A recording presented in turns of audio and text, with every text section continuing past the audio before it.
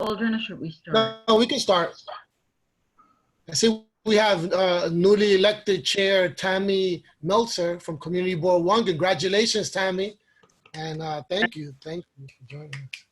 Thank you for the welcome. Am I kicking off and starting this morning, or I never know if we're going to go back to the order that we had said that who's ever for the month starts. So just tell me. Yeah, Rosie's gonna surprise us all. But before we get to the Community Board Chair report outs, she has a couple of other things she has to go through. Okay. Well, and thank you everybody for the warm welcome. I've seen many of you before, and it's nice to be back. I got big shoes to fill. Thank you. Congratulations.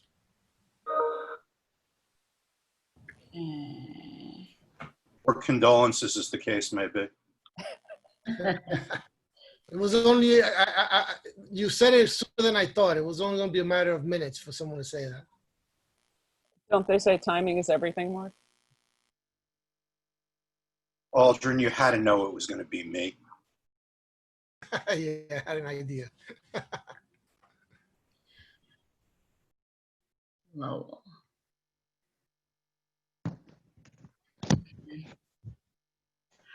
All right, so good morning, everyone, and apologies as our agenda changed, but we do have some presenters today, and I think it's a very timely topic since we've been seeing a lot more Revel scooters, and we have two representatives here from Revel who will be presenting. So we had the Borough President's Report, third on the agenda, because Gail was going to give the report and then was running off to an event. But she called me that the other event got postponed. So we'll move to the presentation, and then Gail can give a report later on after the presentation. So first, I want to know if there's a motion for the adoption of the July 16, 2020 Borough Board meeting agenda. So moved. Okay, I think that was Lowell and Mark.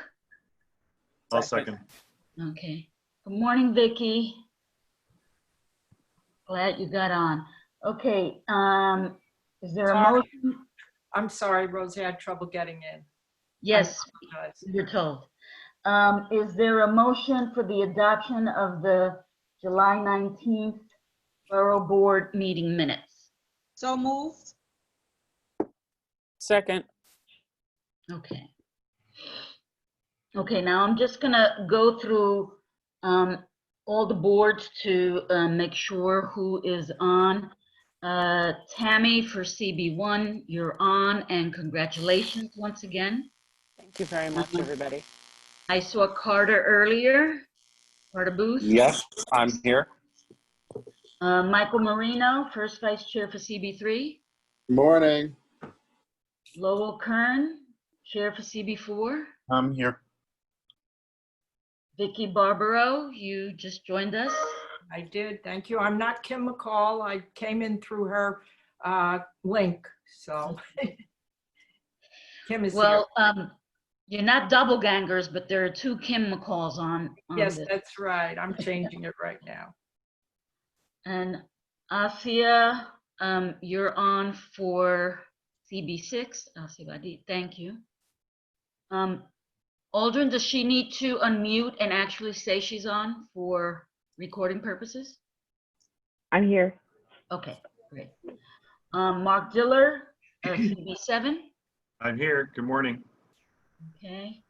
Alita Camp, CB8. I don't see her.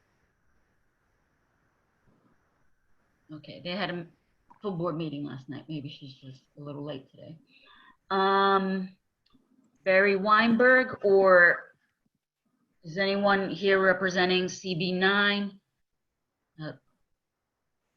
No, Barry's father passed away a few weeks ago, so.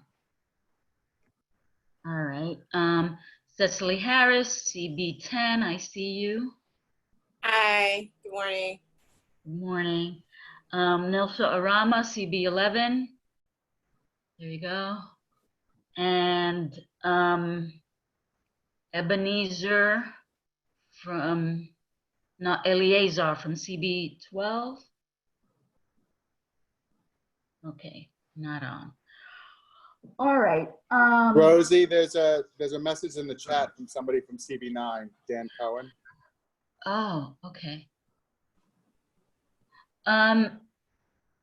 Elka, can you send him a link so he can be a participant? Barry did say some members were covering him. He was taking a slight leave while he was heading back to Indiana for the funeral. Okay. Okay, great. Dan, by the way, Dan is in the, he is a panelist. So Dan, you need to unmute yourself on the Slack app to chat. Black app? She says question mark. He gave a thumbs up. Yes. Hi, can you all hear me? Good morning. We can hear you. Good morning. Thank you for joining us. Okay. So I would like to move forward with the presentation by the representatives from Revel at this point in the agenda. So Carol, Lauren, whoever wants to start. I would like to do a screen share. Is that possible? Yes, it is. Great. Thank you. And just by way of introductions, my name is Lauren Vreens. I'm the general manager for Revel. And Carol Antuna is our community affairs manager for Revel. And thank you so much for inviting us today. I know it's a little last minute, but we're really happy to be here and speak with you all. I know you probably have a lot of questions. We've met with many of you before, but it's good to just keep that dialogue open. So looking forward to sharing our presentation, and then we'll have some time for questions after that. And I do also want to invite all of you. We are happy to come present to your community boards themselves. So please reach out to us. Our contact information is on the last slide of this deck. And we'll get something in the calendars as quickly as we can. So first and foremost, I think many of you have probably seen Revels around now. We are a New York born and bred company.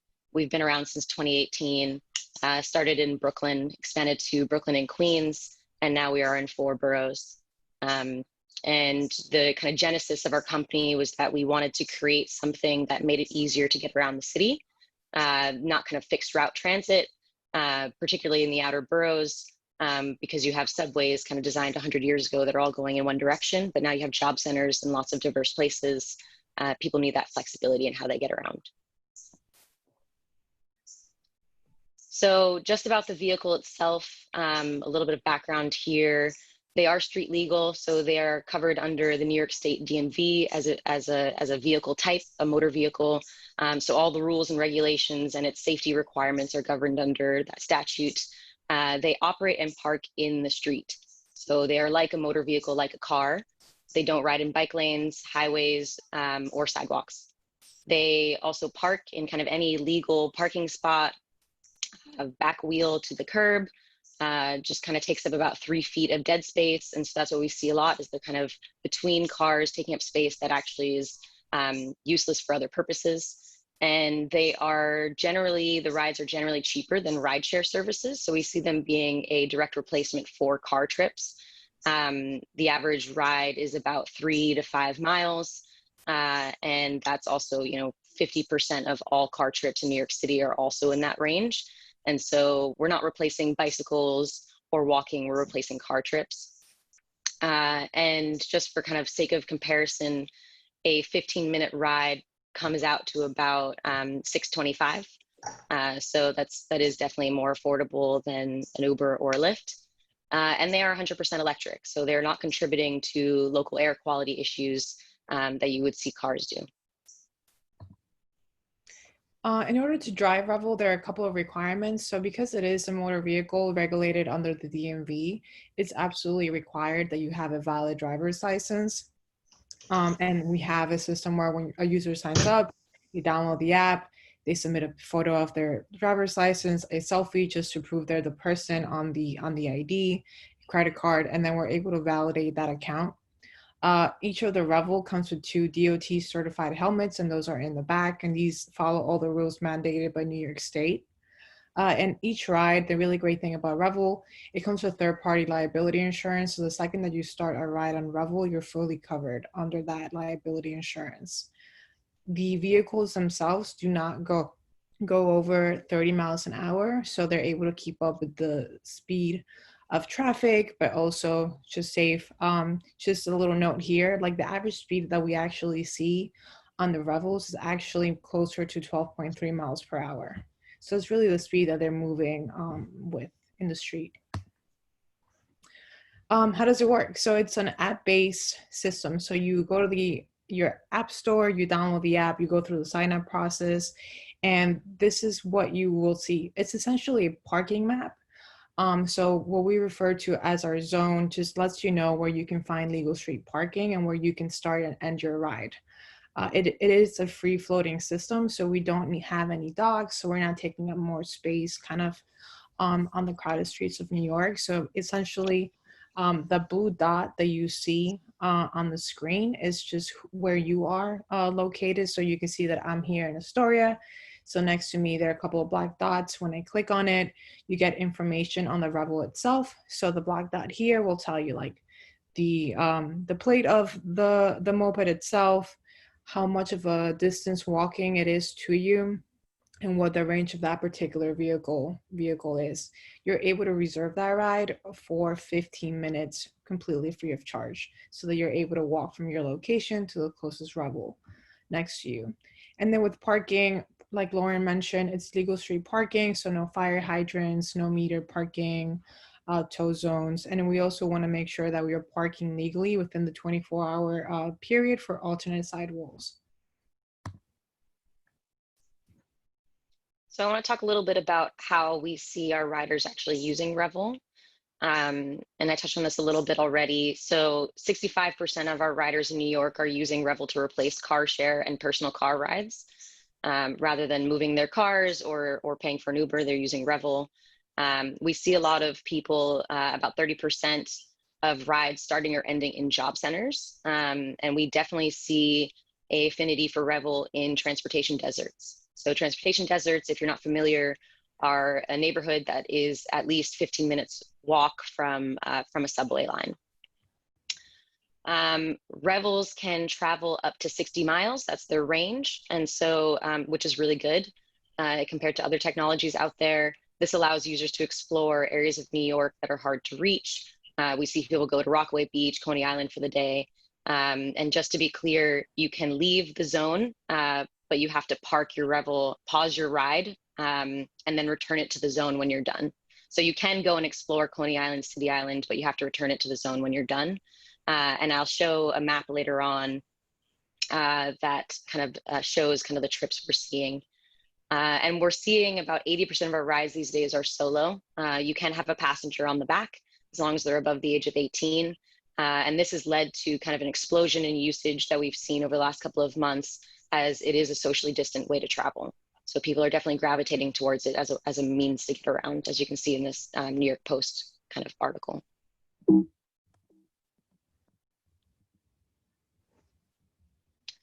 So I want to talk a little bit about our kind of our evolution over the last couple of months. When coronavirus hit our city, we definitely saw you know, a change. We saw people starting to gravitate to the system. As I mentioned, we realized that there was a huge need for Revel in people, essential workers in particular, and healthcare workers getting to work. So our CEO decided to make rides free for healthcare workers. We saw over 3,000 healthcare workers sign up. And we expanded our zone in Brooklyn and Queens to encompass a few more major hospitals. This is kind of the map you see on the right. And then within a couple of days, we started getting a flood of requests about making it accessible in Manhattan as well for hospital workers. And so we worked really closely with Speaker of the House, Corey Johnson, to figure out how to pull that off. And so that's why you see us now in Manhattan as well, mostly north of 60th Street, but there are a couple of kind of micro zones where there is street legal parking in other parts of Manhattan. And then a few weeks after that, working closely with Councilmember Salamanca of the South Bronx, we were able to also expand to the Bronx and offer that service there as well. And then, in May, we also transitioned to 24/7 service to kind of cover off the subway lines that were shutting down at night as well. So this is the map I alluded to as kind of our progression over time. So you see kind of on the left, was our original pilot in 2019. The kind of blue line is what our zone was, and that's kind of the ridership we were seeing. Flash forward to September 2019, that's kind of the ridership we were seeing. These distinct lines or rides that people have taken. And then in May, you can see kind of the ridership there. I think this is a really cool map to just show how Revel's really become a major transportation network in New York. There's few parts of New York City that Revel has not touched, and people are really taking advantage of it to travel around the city. Since the very beginning of Revel's founding, we always thought that the service should be accessible to everyone, which is why we have our access program. Essentially, we're offering a 40% discount to anybody who's participating in any local, state, or federally administered assistance program. Even if you're eligible but not actively participating, you're still eligible to be part of the access program, and as well as those living in NYCHA housing. So far, we've saved over $250,000, which is really, really incredible when you think about just all the people that are able to really take advantage of the program. And we're also partnering with ACE, Brooklyn Workforce Innovations, and the HOPE program to train and hire those individuals that are reentering the workforce. We hire them, train them on electrical vehicle technology, and bring them onto our team. We're all about community. We know we're using the public right away. We know that Revels are part of the community now, so we work closely with NYPD so they know what the vehicles are and they know how to implement the rules of the road, with council members so they're comfortable knowing that we're in their neighborhood trying to serve communities. As you can see here, this is a proclamation from Speaker of the House, Corey Johnson, just welcoming us to New York as a green transportation alternative, something that we're really proud of to have. Something that I'm really proud of and that our company has done from the beginning, which I think is really, really smart of us, is that we don't use the gig economy. So we all saw the writing on the wall. This is not how companies will be built in the future. And so from the beginning, we decided that every person who works for the company will be an employee. So that's our mechanics, our service technicians, our field technicians, our customer support agents. Everyone has access to benefits, paid vacation leave, paid sick leave, as well as healthcare. And it's the same healthcare that the CEO has access to.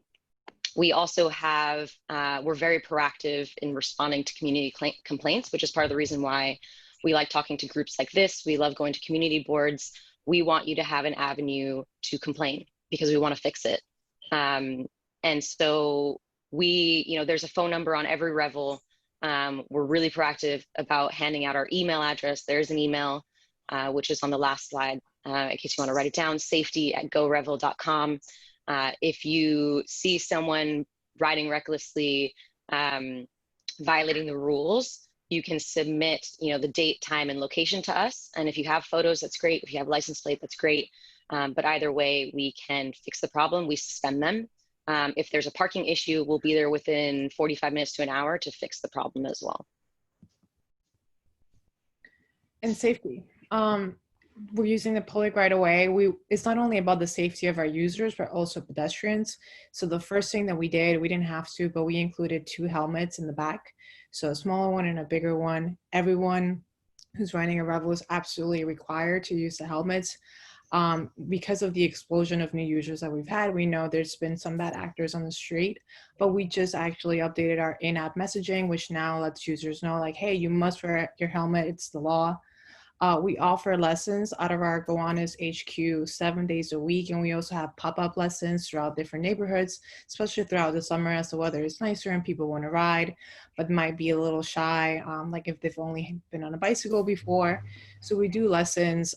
Those that take lessons really just have so much such a great experience afterwards. And really, we see that it's really beneficial to those people taking the lessons.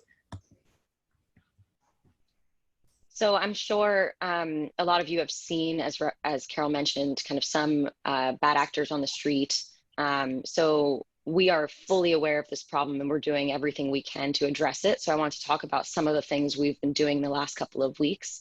And we're working really closely with the Department of Transportation on this as well as the NYPD and the mayor's office.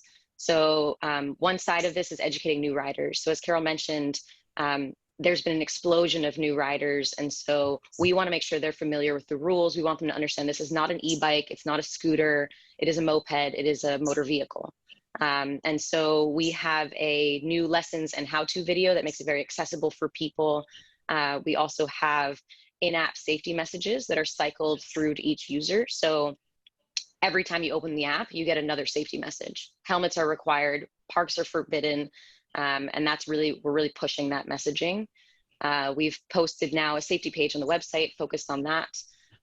As of the end of this week, we will be making DOT approved helmets available for purchase at cost, because we know that might, shared helmets might be a deterrent for people who want to wear the helmets. They want to do the right thing. And so we're making them available, 50% less than the cost of buying it kind of independently. And we're also working on public safety campaigns that you will start to see on Link NYC and other areas around the city. And then the other piece, and I kind of alluded to this already, is that, we will suspend our users. We have such a large group of people that we have no qualms in suspending people. So if you're not responsible enough to use the service, you do get suspended. And so there's a couple of different ways that we do that. One is an automatic alert system. So if someone's riding in a park, they're going the wrong way down one way, or they're going over major bridges, which are currently not allowed. And that's kind of internal company policy. Our customer support team gets an automatic alert and they suspend the user. We are continually getting kind of information from users, from other users, from community members on these violations I mentioned: sidewalk riding, reckless riding, no helmets, and we also suspend users for that as well. So we've suspended, 20,000 users. So this is we take this very, very seriously. And we're actively closing loopholes on kind of account sharing, including, two-factor authentication. We do a $1 pre-authorization right now. So every ride, we kind of do a pre-auth of your credit card to make sure it's real, make sure it's valid. We require a video selfie. So your face has to match the driver's license. The zip code of the credit card has to be correct, and there has to be a unique name and driver's license number. So you can't kind of use someone's driver's license multiple times to sign up. So there are more things we're doing. We're working really closely with the DOT on that. But I just wanted to give you guys kind of an insight into what we're working on right now, what has been implemented in the last week or two to kind of shape our user base and make them more responsible. So here's the contact information that I mentioned. We can also send it around after the fact. And as I said in the beginning, we would love to come present to your community boards if we haven't been there already.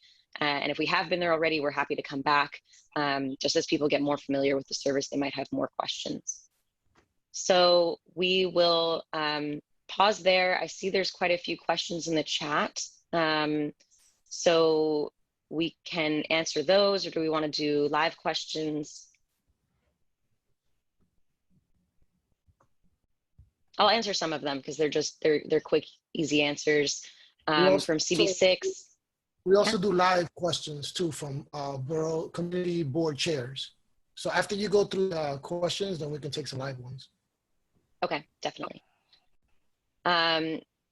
So how do you suggest parking driving complaints be done? So that's the safety@gorevel.com. That's the best way to do it. But we also, if you want to send us direct messages on Instagram or Twitter, we also respond to those. And if something's kind of an immediate issue, there's also a phone number. We do also ask that, these are motor vehicles. So if someone is causing, is possibly threatening the safety of others, the NYPD can also be involved. So this is similar to like how you would see a reckless driver in a car. NYPD is fully able to also handle things in the moment and issue kind of moving violations and citations as well. City approval process for expanding the zone. So we worked really closely with council members in New York City to determine kind of where would be a good spot, and kind of what would be the best benefit to the community. Are lessons mandatory? We require that people check off that they are familiar with a Revel or familiar with a moped or a scooter type of vehicle. Right now, my lessons are not mandatory, but we are working on making our video lessons at least mandatory. It just hasn't been rolled out yet.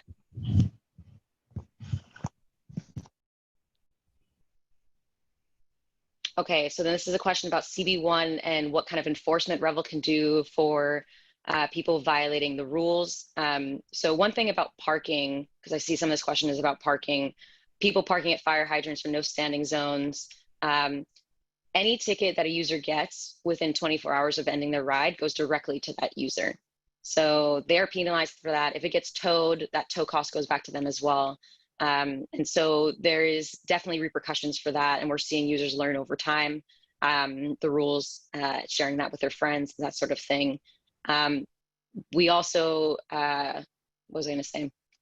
Can you clarify though, because one of the things is right now, let's be honest, there are not a lot of parking tickets going out these days. So we don't have the working mechanism for parking enforcement all over the city the same way we might have a year ago, as they're working through budget cuts and things like that. So my question is directly related to what kind of location geotagging can you do on your end that doesn't rely on the Department of Transportation to be issuing public parking tickets? Because if it's used and it's parked overnight at a hydrant, unless there's somebody walking the street to know that, it's just parked at a hydrant unsafely. Yeah, the only one who 100%. knows is the So, next user who picks it up. yeah, so we visit every Revel almost every day, if not twice a day. And so our field technicians are out there swapping batteries, making sure they're safe. They're cleaning the moped, cleaning the helmets. And there's another question on that, so I'll get into that more a little bit later. So if it is parked at a hydrant, if it is parked illegally, we move it ourselves. And if we receive a call, we also will send somebody out to move it.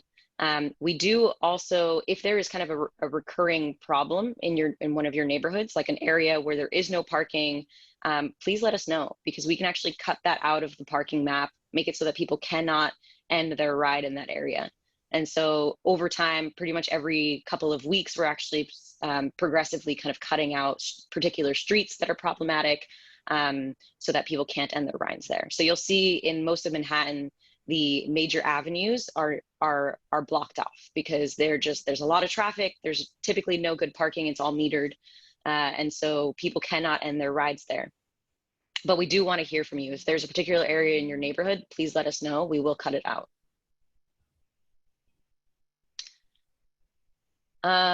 Okay. So someone mentioned that there was an incident with a Revel. Please send us the date and time and the location, and we will suspend that user for sure. How are the helmets cleaned? So cleaning helmets was always really important to us because they're shared, and no one wants to use a stinky helmet. And so even before coronavirus, we were really diligent about cleaning helmets every single time we visited the moped. Now we are even more thorough. So we're using COVID-approved disinfectants to clean the visor, the chin strap, the inside of the helmet. We provide disposable hair nets. So they're this kind of cloth material that goes over your head that you can put underneath the helmet. And then we also will be providing alcohol wipes. Those are rolling out in the next couple of weeks, so that people, if they want to, as an additional precaution, wipe down the helmet themselves.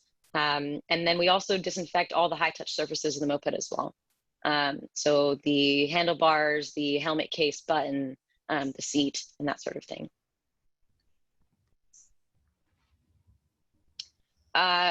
Good question about the time length of suspension. So suspensions are permanent. We probably shouldn't use the word suspension. It's just what has kind of lasted in our company to date, but a suspension is permanent. So Depending on the infraction, you might get a warning first and then be suspended if you do it twice, just because we recognize some people might not be totally aware. But if it is egregious, if it is riding on a sidewalk, if it is riding in a park, the suspension is automatic and immediate, and it's permanent. Do you need to know how to ride a motorcycle, or does a lesson suffice? So Revels and kind of Vespa style mopeds in general are a lot easier than a motorcycle, because a motorcycle has a clutch. It's a lot more complicated. A Revel is, if you have lateral balance, if you have some experience riding a bicycle, you can ride a Revel. It is quite easy to pick it up. Those who are kind of, nervous, we offer those lessons for that reason. The lessons are free. You just sign up, you book a time on our website, and they're really great. The lesson specialists are amazing and really, really helpful.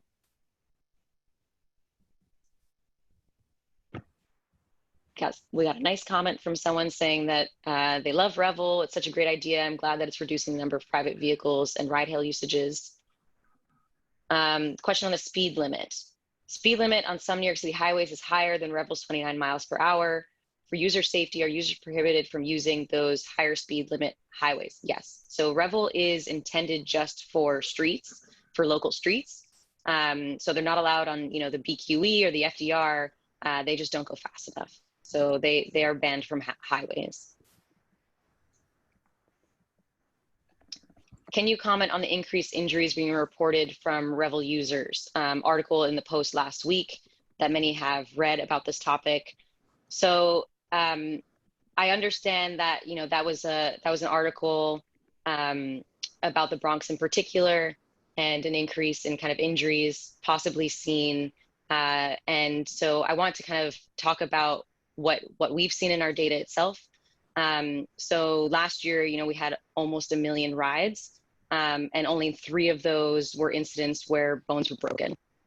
And so it is a lightweight vehicle. It goes, less than 30 miles an hour. Most people are riding 12 miles an hour. There's not a high incident rate, as kind of contrary to what people might think.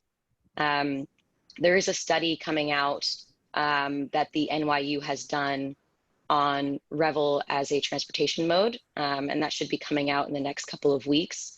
That kind of reveals that same thing. Just given the lower speeds, the incident rate is not nearly as high as people might expect. And we're happy to kind of share that when it is published and released.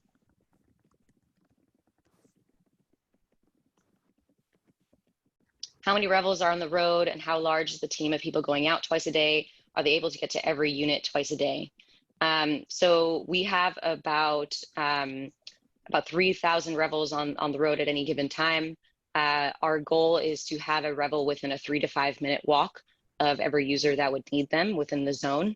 And so that's kind of the density that we're going for. The team itself, it's growing every single day. If you know anyone who is interested, please tell them to apply on our website, because we are hiring a lot of people every single week. And as I mentioned, these are kind of good paying jobs, higher than minimum wage, lots of skills development within the job itself. So our team right now, I think, is about 175 people. And so about half of those are our service technicians. They fix mopeds in our warehouses. And then the other half are field technicians that go out and swap the batteries in the field and do the cleaning and do the minor maintenance as well. And so the cadence of it is about every day. It depends on the ridership. So we visit it when the battery is dead. But we're well staffed to be visiting every moped every day.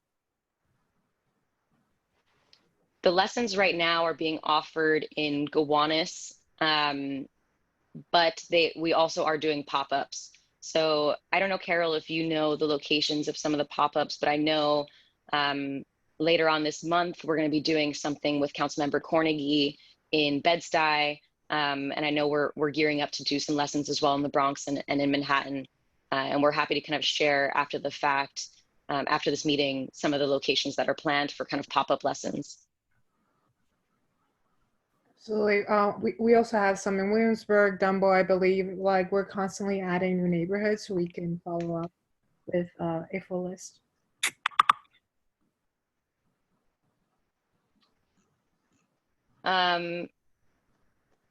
So I don't know if we want to open it up for, I know someone just asked if they could do a live question rather than typing a question. So I'm happy to pause and allow some kind of verbal questions.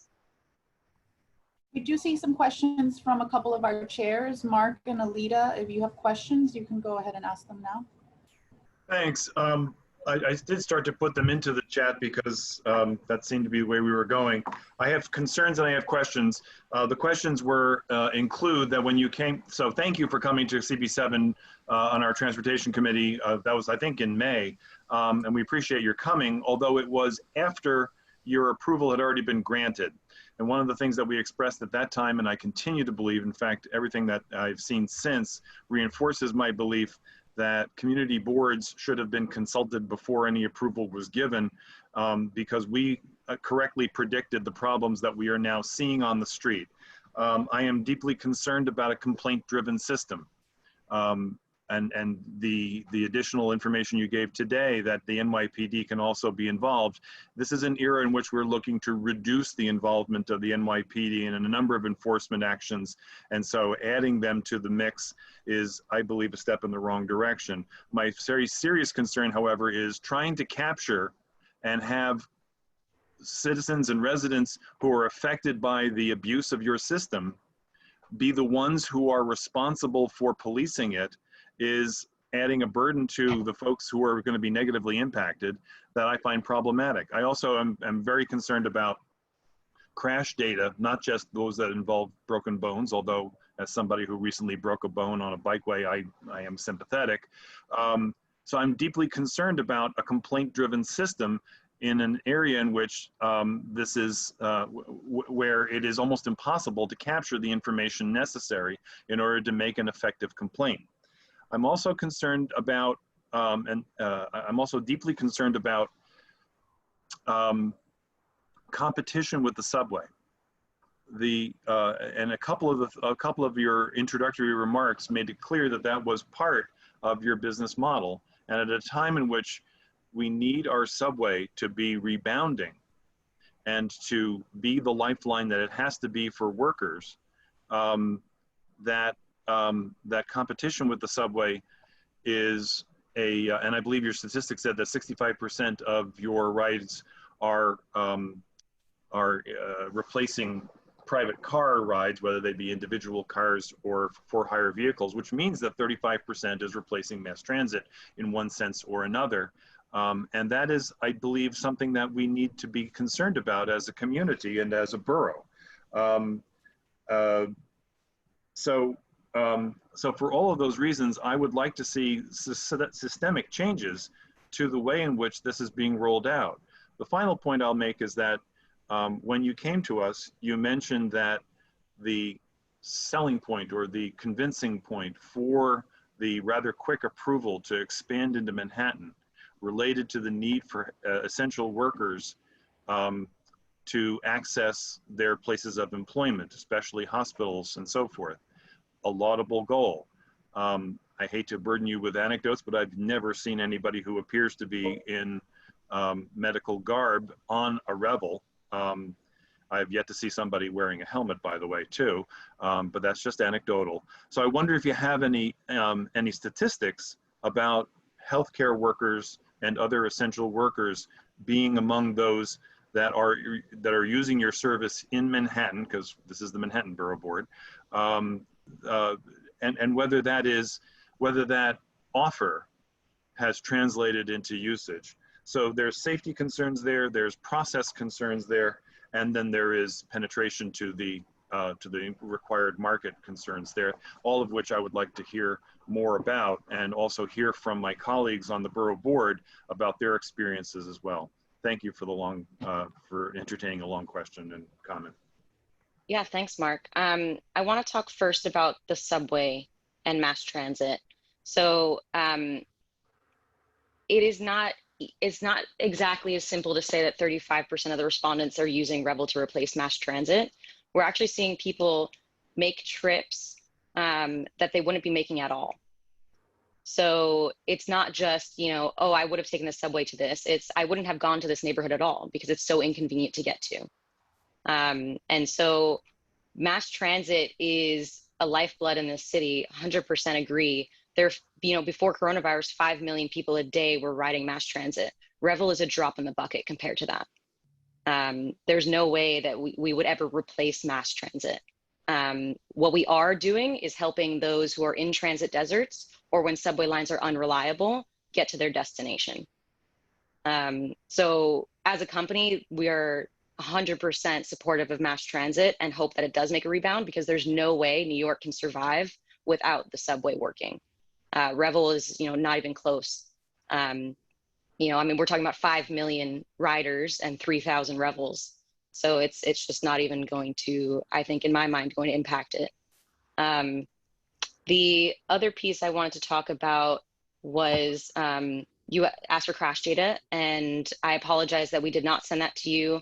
I think we were waiting for NYU to finish its study. I always think it's better to have kind of independent analysis than us showing kind of our own analysis. And so we will follow up with you next week when that is released and share that with you.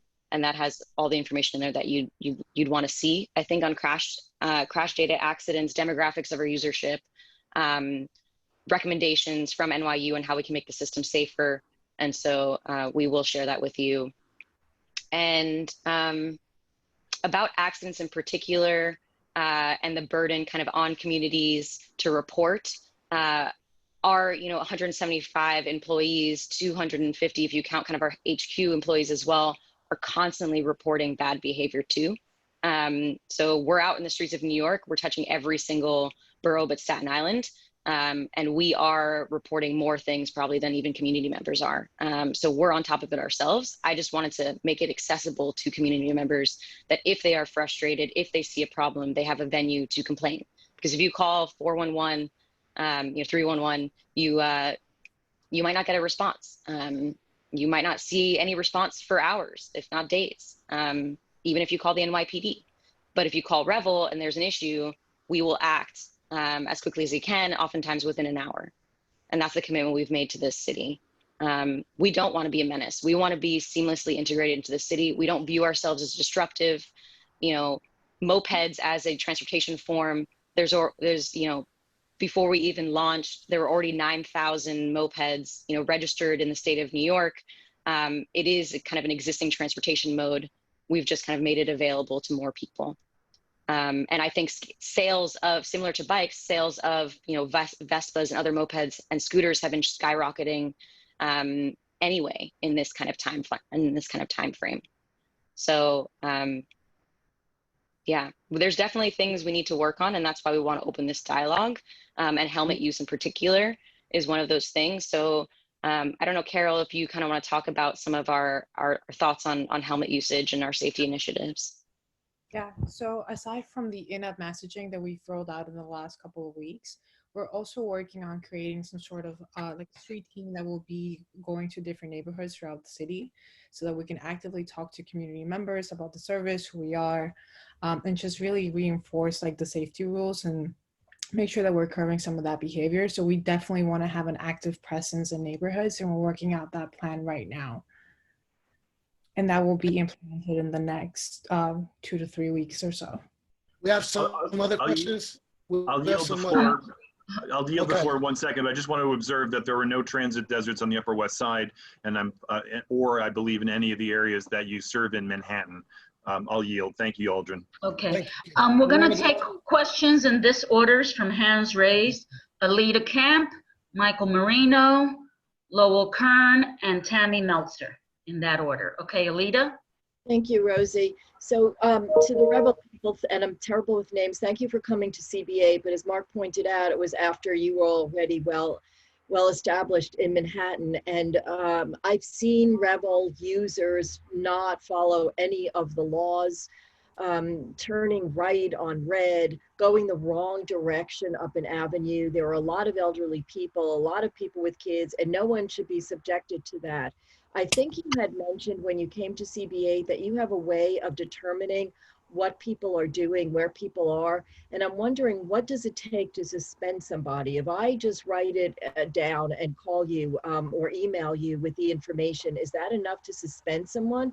Do you talk to them? Is it a he said, she said kind of thing?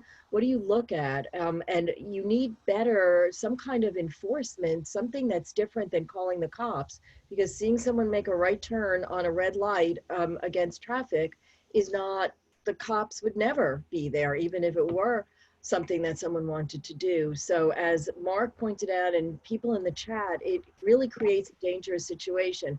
12 miles an hour might be slow for competing with a car, but it's certainly not slow for competing with a pedestrian or even a bicycle for that matter. Thank you. Yes, thank you for that question. There is kind of this, we have multiple avenues for suspending people. So one is community complaints. So if you send us date, time, location, if you have a license plate number, that's great. But all we really need is date, time, and location. We do our own investigation, and then we suspend the user if we believe that it is accurate. And then we have kind of our own employees that are suspending people, that are reporting people to our customer support, who are then suspending people. And then we have an automatic system as well. So any green space that a Revel goes into, any one-ways where they go the wrong way down a one-way, those are being automatically triggering an alert for our customer support team. They look into it, they can suspend the users as well. So we're working kind of closely with the DOT to expand that as much as possible. And red lights and helmets and all of those things, red lights, any red light tickets, those go directly to the user. And if it was reckless riding, we suspend them as well. So there's many different avenues in which we're catching people, and we've suspended 20,000 people to date. So we are actively suspending people. I just have one quick follow-up. Doesn't the fact that you've suspended 20,000 people already indicate that there's a problem with, there's a disconnect between your education and what people perceive as their rights on the road? And also, if someone turns on a red light and they're not supposed to, because that's not permitted in New York, how is that not grounds for an automatic suspension? What kind of investigation are you doing, and where is the wiggle room for someone to not be suspended? Because if you're not, if you're suspending 20,000 people, it seems, and you're not automatically suspending everyone, it seems that there's a large gray mass of people that may or may not be suspended. And I just don't know what the mechanism is. I'm sorry for taking up so much time. Thank you, Rosie. And thank you, Revel.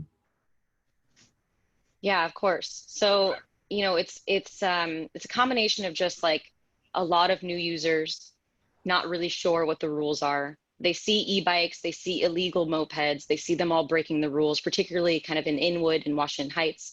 And so a lot of this is a user education campaign, and that's what we're doubling down on the last week or two, and rolling out as quickly as we possibly can. But I do want to say that it's, in Brooklyn, where we started, we've been there for 2 years. It's definitely, we've definitely seen a massive improvement over time. People following the rules. And so I know that maybe is not great comfort, but we're getting rid of the bad actors immediately.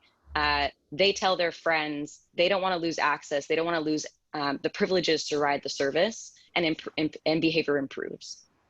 So I know, maybe that's not great comfort, but like we will see improvement over time. Michael? Sure. Thanks, guys. I know that you're in contact with our district manager also, and I believe you're going to be coming to one of our meetings coming up soon. I just had a couple of questions. You answered my question about how many people have been suspended, but I have some questions about the training itself, and if you can maybe go into a little bit more detail about what is incorporated in the training, even though it's not mandatory yet. What goes into it. And if there's a community that desires you to come out to do the training, how does that happen? I represent a board that encompasses the Lower East Side, and parts of the Lower East Side are in a bit of a transportation desert where we have unreliable bus service, and the closest subway is a 20-minute walk. So I have been seeing more and more Revels parked in the neighborhood. So I'm just curious, especially since that neighborhood also encompasses a lot of NYCHA complexes, if they were interested in having a training done on site? How would that work? Carol, you want to take that one? Yeah, we would actually love that. So we're always looking for specific streets that would be great locations to do Revel lessons. So if you were to just send me an email, I could actually connect with our customer experience team, and we would find a time and location that would work for that specific neighborhood and just set it up. So it's really easy. If you email me, my email is carol.antunes@Revel, and we can work together on finding the location and then just setting up the best time and also promoting that lesson, maybe in an email from the community board or through our social media channels, just to make sure people are aware. So that would be wonderful. And that goes for anybody else that would be interested. And we don't need to have a bunch of people. It could be as simple as like we have 4 people that want to have the lesson, and we would be more than happy to go. Can you go into a little bit more detail about what is the lesson? Like, are they taught how to ride the scooter, the mechanisms of the scooter? Like, what are they being taught? Yeah, so first it starts with just like learning about the moped itself, all the different parts, like the throttle, the blinkers, all of just like the equipment that's on the actual moped itself. And then you get tips on like turning and riding straight, and it's really in depth. I'm not a lesson specialist, and I don't claim to do a greatest job as they do, but they do do a group ride also once people are more comfortable. But really the majority or the bulk of the lesson is just really getting comfortable with the vehicle, and just like going over the rules of the road and making sure people are super clear on like what is legal to do on a Revel and what is safe to do as well, and just making sure people know all of the rules. They're always wearing their helmets, so we see that if someone goes to a lesson, that person will always wear a helmet, and they'll always follow the rules of the road. So like we do see that as a direct correlation with the lessons. Thank you. Great. We're going to Lowell next, followed by Tammy, Nilsa, and then Vicky. Yeah, I was just curious, especially based upon what Mark and Alita said. You're not really that present south of 60th Street. And if you're planning to, I'd like to know what your expansion plans are south of 60th Street, because we'd like to get you into CB4 before you're here, not after you're here. Yeah, definitely. We, just to be clear, our typical modus of operandi is to be coming to community boards well in advance of when we are moving into the neighborhood. But, the coronavirus, it was something that we had to act fast, kind of in consultation with council members. And so we deeply regret that we didn't get on your community board meetings before that. But we're happy to come speak. We don't actually have any expansion plans right now in Manhattan. We're happy to come speak to your community board anyway, because even if we're not in your zone, people will see, even if we're not in your district, people will see Revels. They will engage and interact with Revels that are kind of transiting through. So we're happy to come speak to the community board anyway. But there are no plans for south of 60th Street now, aside from the hospital areas? Yeah, there's no additional expansion plans. Thank you. Go ahead, Rose. Okay, Tammy?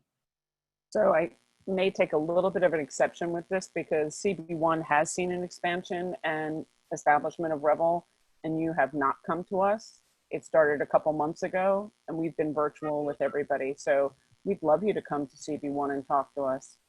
I also want to note that even if you open up your Revel app today, I can see bikes parked in parks, in mapped parkland. So I'm a little distraught because I know what you're saying about checking it out and things like that. But if I open your map right now, there's a bike parked in the middle of Teardrop Park. So there is a disconnect between what is mapped and what is allowed and enforcement that definitely needs to be reviewed, because it is not working as well as you may think it is. I have personally seen Revel bikes riding through historic Battery Park, which is mapped parkland, completely not allowed, and yet there they are. And then they park in the park for a couple hours, and then take the Revel again. So I'm not seeing the Revels not allowed in parks, and we know when they're there, being actually something that's either been noted or enforced or anything like that. So I have some concerns on that I would like you to take a look at, and especially when we're taking a look as rebels or I've seen rebels on the bike path. I've seen rebels on the Esplanade in Battery Park City, which is not allowed. In historic Battery Park, there's currently one parked in Teardrop, as I mentioned. So that needs to be worked. And then how can rebels travel the city if Route 9A on West Street is considered a highway? That is actually state DOT land. So how does that connect back with, if they're not allowed on the FDR, but then they are allowed on West Street, to what level and where? Are they allowed to take the Battery Park underpass? Or do they have to stay on top? Those are questions that I, think is really interesting to figure out, because it doesn't seem to be working for CB1 when I take a look at where your parking places are and where they can. I even asked the Battery Park City Authority if they had known about any of, expansion or anything, because they operate the parks on the side of CB1. They also had no idea. So I'm looking to see a better communication line with both the community, the city council, DOT. I mean, we have DOT at our meetings every month, and we've heard nothing about expansion into CB1, and it is in Tribeca, Battery Park City, and the Seaport as of right now. So if you could address those questions, I'd appreciate it. Yeah, to be fair, we've reached out to every single community board in Manhattan to schedule a meeting. I don't know what happened there and why we have not come to present to you, but we have 100% reached out and tried to get on the community board in CB1. So in regards to Battery Park City and to the parks, we are working with the Parks Department to figure out a better solution. But as I've kind of explained, our enforcement is after the fact. So we get an alert when someone is riding in a park or pausing their ride in a park, and then they are suspended. But they are still able to complete that ride, and it is not kind of immediate. We don't have the technology. No company has the technology. Also, it wouldn't be safe to end rides in progress, while they're moving. And so that's not part of our process, and it just would be unsafe.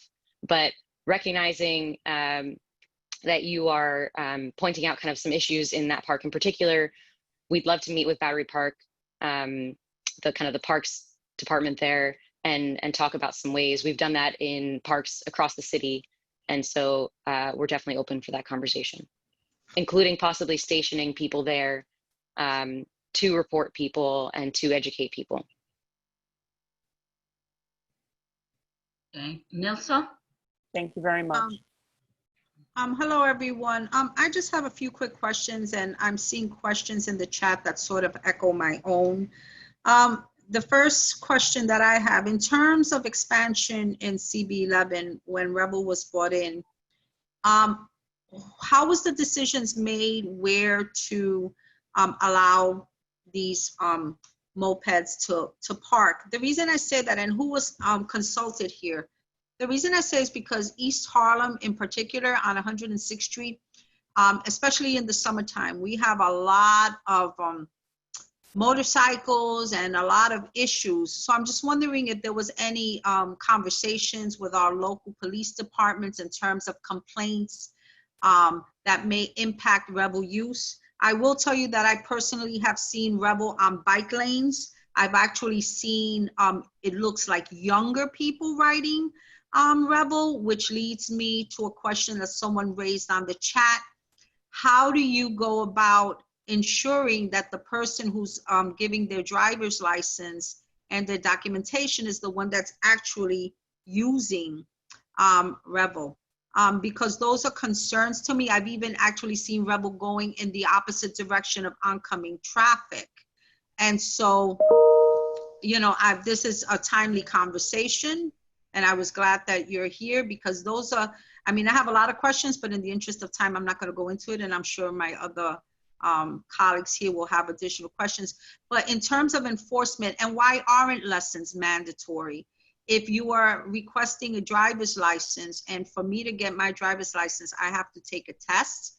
and pass that test, if you're using that same documentation, why aren't your lessons mandatory to ensure that everyone signs off, that they understand that they shouldn't be on a bike lane, that they shouldn't be going against traffic, that they shouldn't be giving their information to rent for a 15-year-old.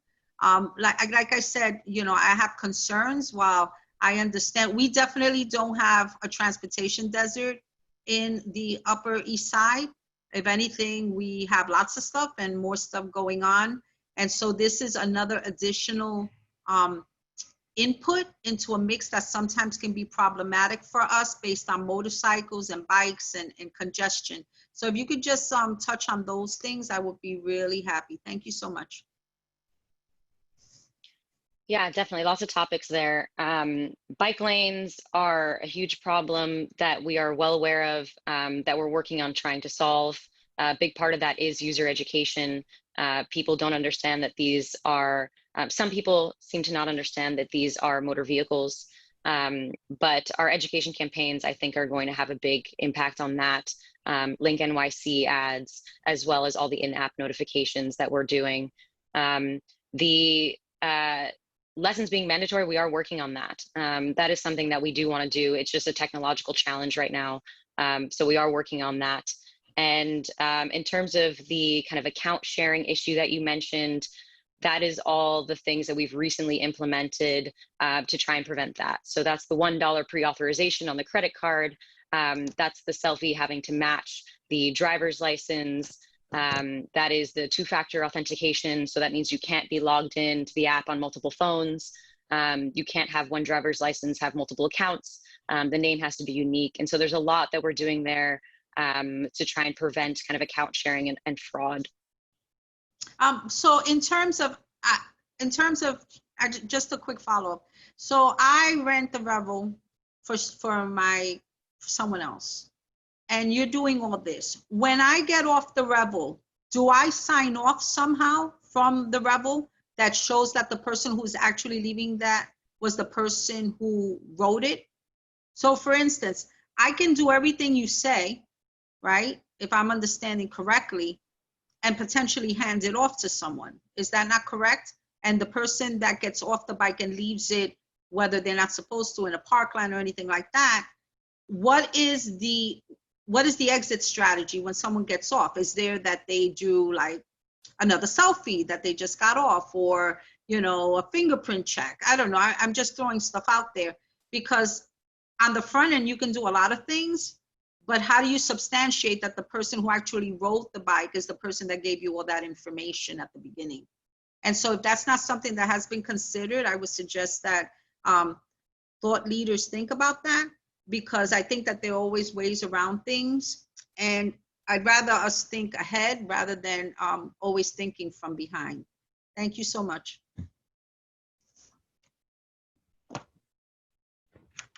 Okay. Any response to that, or just Lauren, Carol?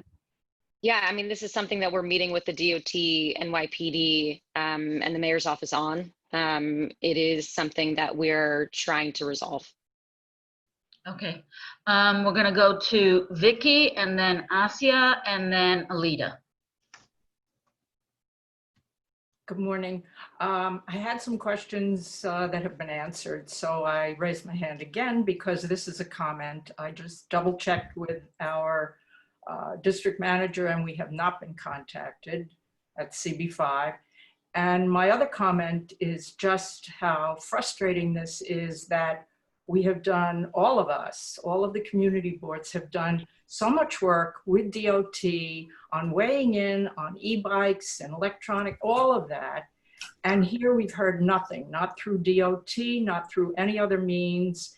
And it's just very frustrating. I think this should have gone through the community boards, as Mark mentioned early on. It obviously did not before it was in operation, and it's just my comment. Thanks. Carol, do you want to address that? I apologize if we have not. We have reached out to all of the community boards in which we operate. So the only way that that could have happened is if we are not technically part of, if Revel's currently not operating in your service area. So you might see Revels because they're parked or passing through. But that would be the only reason. But I'll reach out today just to make sure that we set up a meeting ASAP. Okay, I would suggest you reach out to all of the boards, whether you're operating there or not, because users are going to take those vehicles into those boards. And, you know, I saw someone on the Harlem River Drive the other day riding a Revel.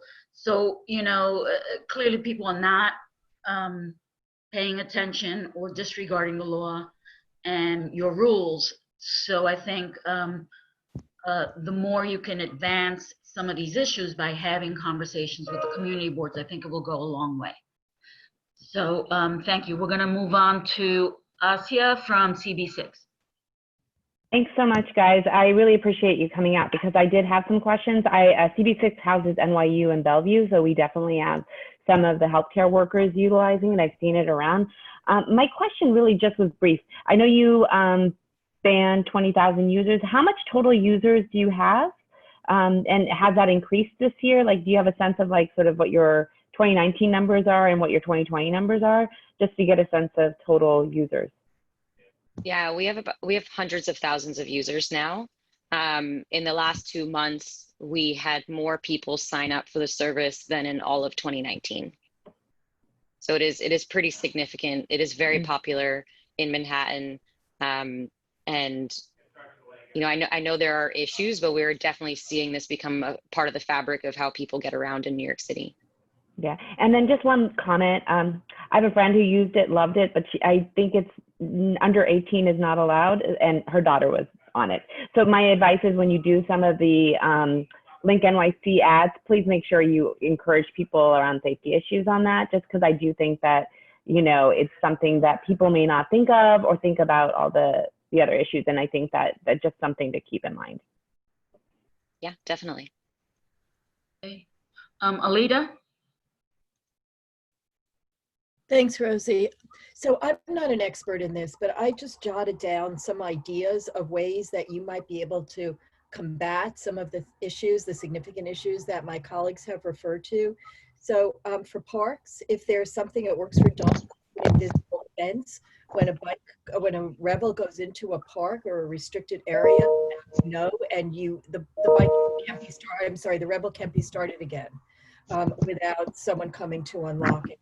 That maybe there's a photo when people park that's required, the same way that you require it when people start, and then you can't, if they have to show you that they're the same person attached to the driver's license when they get off the Revel, then they won't be able to let someone else use it unless they're shadowing them on public transportation.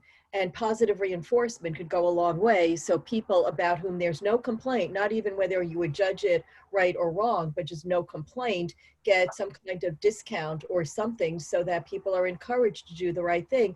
Because there is a culture in the city, it seems, and we see that on e-bikes and we see that on e-scooters, of people just not caring what the law is, and motorcycles as well.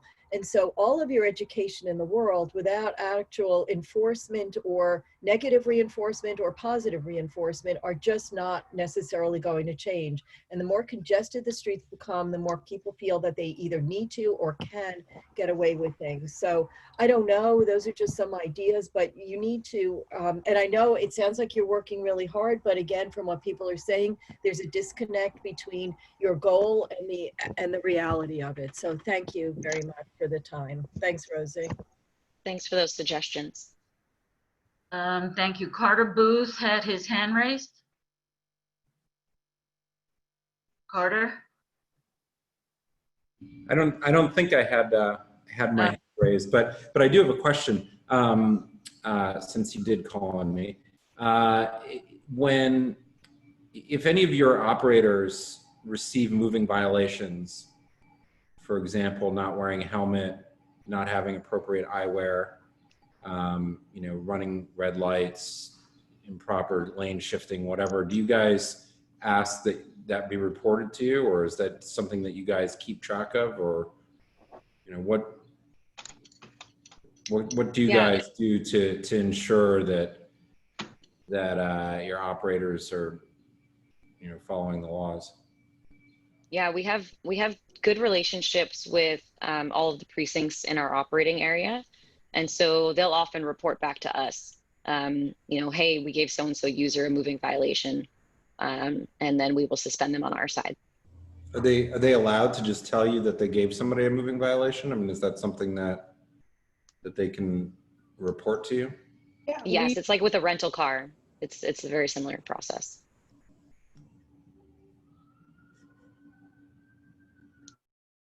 Okay. Are there any other questions? Okay, seeing no hands raised. Thank you, Lauren and Carol. Once again, thank you for coming at the very last minute. I think this has been very informational, and I'm sure all the chairs are looking forward to welcoming you to their boards, full boards or committee meetings to discuss Revel and what they're seeing in their districts. I see that Carol's email has been put in the chat. So I guess they will contact you to ensure that they can set up a time for you to come to the community board meetings. Is that correct, Carol? Correct. Okay. We can also share the chat notes like we do with the community board chairs. Since there's so much content and questions and concerns, we can share that with the two presenters from Revel as well, so that they know what's, they're reminded of some of the issues as they go out to community boards. Aldrin, would Revel be able to share a one-page sheet also with the community board that we can spread out, so people who have the information on ways to contact them to provide feedback, and we can post it on our websites? Yeah, absolutely. Well, I don't see Facebook. I don't see it. I'm sorry, I'm being told by someone on my team that there's a question on Facebook. I'm not seeing that. So Natalie, can you read the question? Rosie, I was just pointing out that there are several questions and comments on Facebook, so we want to document that as well and share it to our friends from Revel, so they have an idea of what some of the feedback is for people who weren't at this particular Zoom meeting. Okay. I'd like to take the opportunity before they go, if you could read those questions and they could answer them before we move on the agenda. It is a very long list of comments and questions, so I don't think that this is something that will work here, but I do think it's something we can share with them. A lot of it is going to be just color commentary.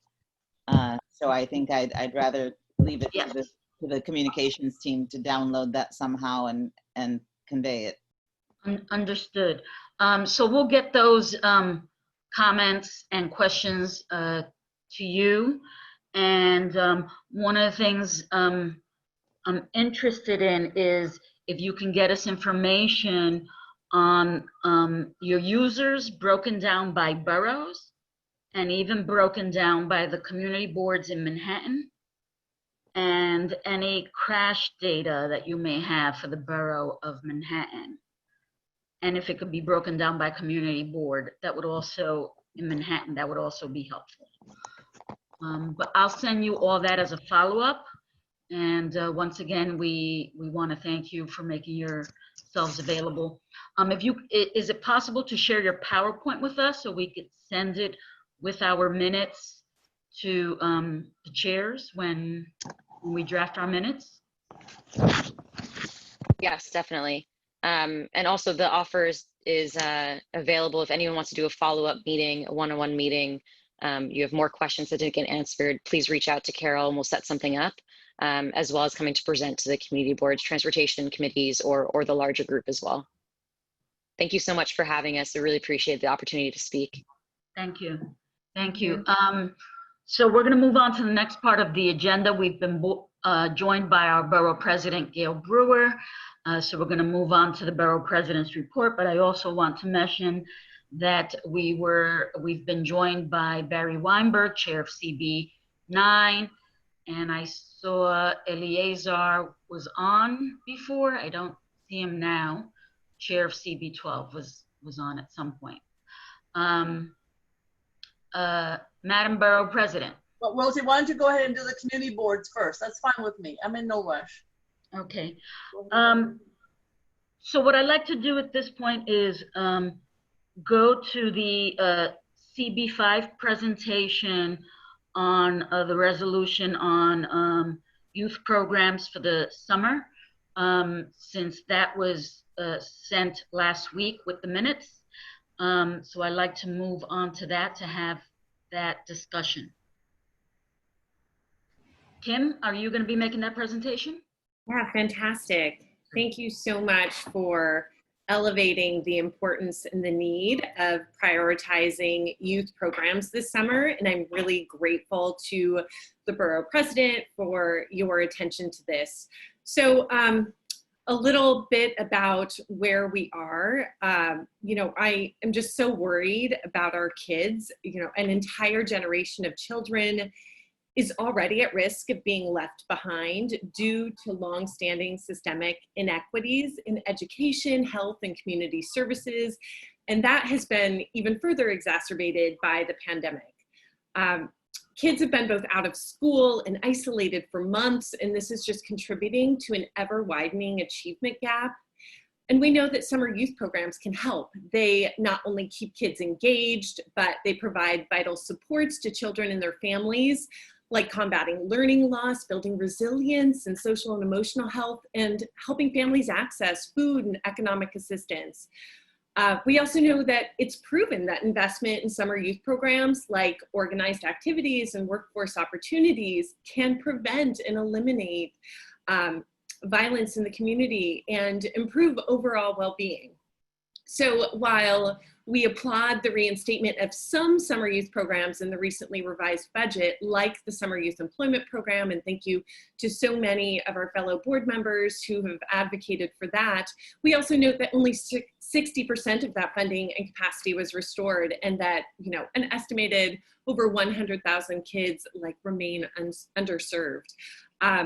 There's also, you know, we've had over 300 community-based summer day camp programs that were recently greenlit to operate this summer, but we still recognize that they're running at half capacity and only serving about 50% of kids this season. So while we're excited about all of these advancements, we also recognize that there's still a huge unmet need, and that any further delay or cancellation of New York City Parks Department youth programs this summer will only disproportionately impact already marginalized kids who lack access to computers, internet, paid camps, and enrichment, and it will just further penalize working parents. So in light of all of this, we at CB5 implore and obligate the New York City Parks Department to help fill this program gap with our access to these free, wide open outdoor spaces, and to work even more feverishly to ensure that the summer remains equitable, safe, and enriching for as many kids as possible.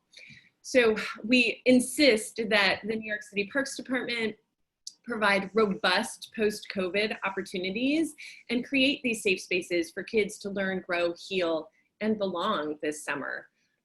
We also urgently request the removal. There's currently a moratorium on submitting permitting for park spaces and ball fields this July and August, and there are so many additional community-based organizations that are experts in providing youth services, and should they be eligible to operate, we urge that they be qualified and given that permit.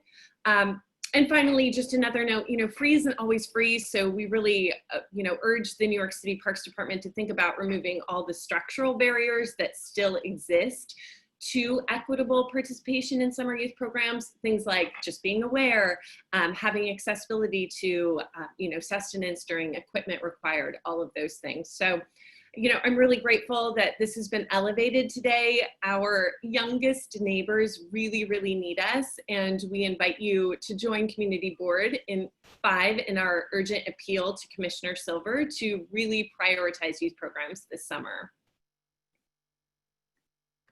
Okay. Just wondering if there are any questions. So the resolution was sent last week to everyone, and we wanted to share it with all the chairs today to see if something your board would like to consider doing a similar resolution, or unless you wanted to move forward as a borough board on doing a letter. So if there are any comments from the chairs, do you want to do this? Yes, I see a thumbs up. From Yeah, well, Tammy, Rosie, from that Mark. was, yeah, I mean, I raised my hand because my question was, what are you asking us to do? And I think if we try to do it as an individual board, at least for CB3, it's not going to happen until August. Our parks meeting is tonight. We can't add this to the agenda. So we would have to add it to August's agenda. So I'd be happy to do it individually, but I think it might be better if we do it as the borough board. Yeah, I've got a different issue though. I've already forwarded this when we got this to my Parks Committee, and I don't want to, usurp their authority by agreeing to it here when I've already asked them to look into this. Okay, Barry? I would like to move forward with a letter from the borough board. This will also be taken up in our committees and board, but I think our board has voted on enough resolutions about COVID-19 and youth development that I feel comfortable knowing the board's official position, asking that we support this as the borough board. Thank you, Barry.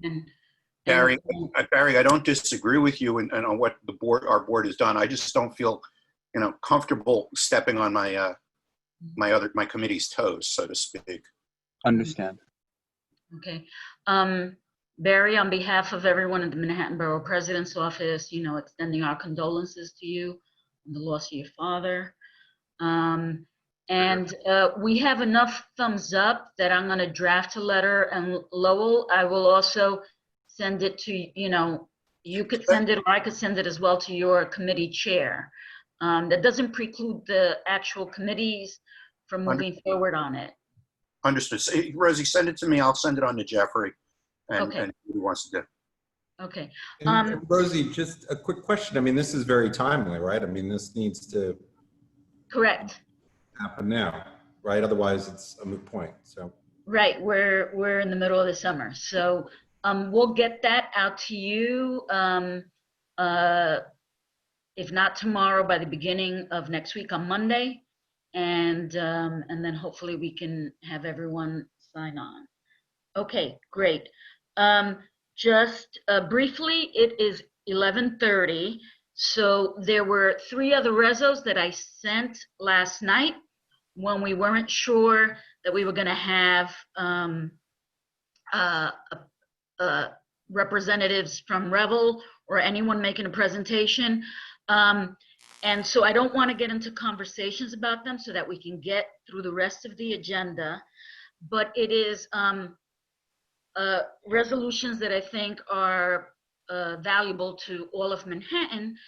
So if the chairs could bring it up in their chair reports, and we can get everyone's pulse as to whether we do a letter, and then everyone can sign on to those. And then, of course, you always have the option of taking it up in your committees within your board yourself. So moving on to chair reports, we're going to start with, it is July. So that is number 7. Yes, Mark? Okay, thank you. So the highlights for us are we're continuing our work to try to not lose the momentum from all the attention that has been properly paid and called with respect to inequities in our system, and trying to infuse that into everything that we do. The most recent examples of that will be a youth-led youth restorative justice panel with respect to school discipline. That's tonight at our Youth Education and Libraries Committee. And then next week, there will be a presentation on how to support at a very granular level our minority and women-owned businesses in our district, and how to call attention to them. More details on that to follow. Time sensitive, I'll try to keep this moving. So we're continuing to work also on a more inward-facing equity forum to how to make sure that concerns that affect all of us are part of everything we do, not just a one-off. And I'm grateful to Alita and to my colleagues on Borough Board for continuing that conversation. I hope we'll be hearing more about that, so I won't waste or take your, not waste, but take your time now when others can speak more directly to it. We're obviously very involved in the open spaces for restaurants. We continue to believe that it should not just be restaurants, but that other small businesses should be able to use creatively the open spaces that are available to us. And finally, I want to just give a quick recognition to those who are working on food insecurity. Our city has spent literally billions, I believe it's now in excess of $2.5 billion to put food in the hands of those who need it during the COVID crisis, which is of course exactly what we should be doing. I actually went to see some of the food insecurity programs in action at one of our NYCHA developments and was humbled by the number of senior citizens and people who appear to be infirm themselves who are nonetheless bringing their shopping carts, loading up and making sure the food gets the last 100 yards from the curb where it's delivered to the people who actually need it. I don't know, I don't have a better solution, but I do wonder what happens if the tenant leaders and other organizers in a building have a day job and can't be there when the truck pulls up. This is something that I think that I will continue to try to get to the bottom of, but in the meantime, it's simply an appreciation for what they are, what is happening around us and behind us. With respect to the initiatives that Rosie mentioned, there are two that were shared, and I'm grateful they were shared with you.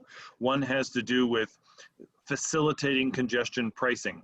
In order to implement the congestion pricing law that's already been adopted by the state legislature, there is a requirement for an environmental impact statement. The federal government has to set the scope of that, and they just plain haven't done it. So the resolution, one of the resolutions before you is, come on, do it. Tell us what the scope of the darn thing is so we can get that part of this moving.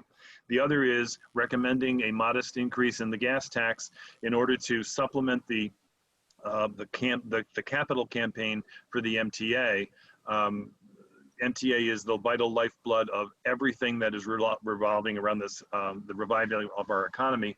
There is simply no way that private vehicles, whether for hire or even any other mode of surface transportation, can take the place of the MTA sponsored and operated mass transit options, especially the subway. And so we need that to be vital and viable and sustainable. And we believe that a modest gas tax that would also be shared with bridges and tunnels upstate so that we can make sure that everybody benefits from the tax is an important way to give the MTA what they need. Hope that is, I'm happy to answer questions offline because I don't want to take your time now, but I'm available to you however you need me to be. Thank you.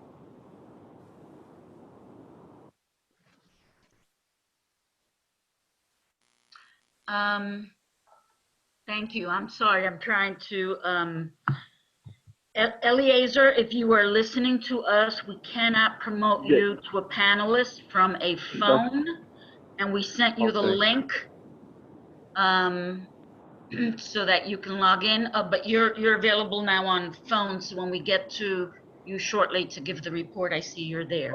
Okay. Okay, no problem. Can you hear me now? Yes, I can hear you. Okay, Great. good. Okay. Alita Camp, CB8. Thanks, Rosie. I'll be fast. So zoning continues to be an issue. All of the construction going on with after-hours variances, when we don't know if anyone's going to be buying any of these buildings, and I'm afraid there's going to be shells of tall buildings all around the neighborhood. Affordable housing, we keep losing every time these buildings, the small buildings, are demolished, and where they're not getting replaced. We commissioned a study of the affordable housing that we've actually lost over the last few years. From the virus point of view, I'm concerned about prevention of the same issues that arose the last go round with a second or a third surge that a lot of people are anticipating. So that's something that we're looking into in terms of programs. For Kohler Hospital out on Roosevelt Island, there's a task force that's been convened, and I'm pleased to say that we are giving residents there a voice. They haven't had one at all. We just had a full board meeting, so we'll have to think about what to do with the resolutions that Rosie sent around. We do have a new committee on racial equity and social justice. It hasn't had its first meeting yet. It was actually just begun. I'm so thrilled to say that I've heard from almost all Manhattan community boards on collaborating on those issues of racial equity and social justice. And I'll be sending a Zoom around. I know I've been a little slow on that, but I'm really glad that we'll be working together. Collaboration is critical. We agree with Mark that small business ought to have access to the same open space, and the DOT saying that they don't have authority to use schoolyards for restaurants.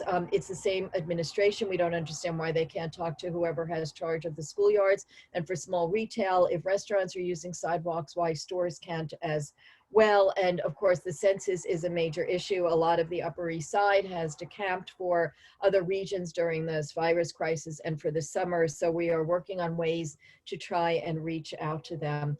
I think that's it. So thank you so much. We've had forums through Multipart on reopening for small business, Multipart on contact tracing. We're having the executive director of the city's testing and contact tracing be in a question and answer forum on this coming Monday at 6:30, if anyone wants to tune into that. Because we think all of this stuff is really important, and the secret is testing and tracing, and we want to try and reach members of the community that might not otherwise trust the government. Thank you so much for the time. Thanks, Rosie.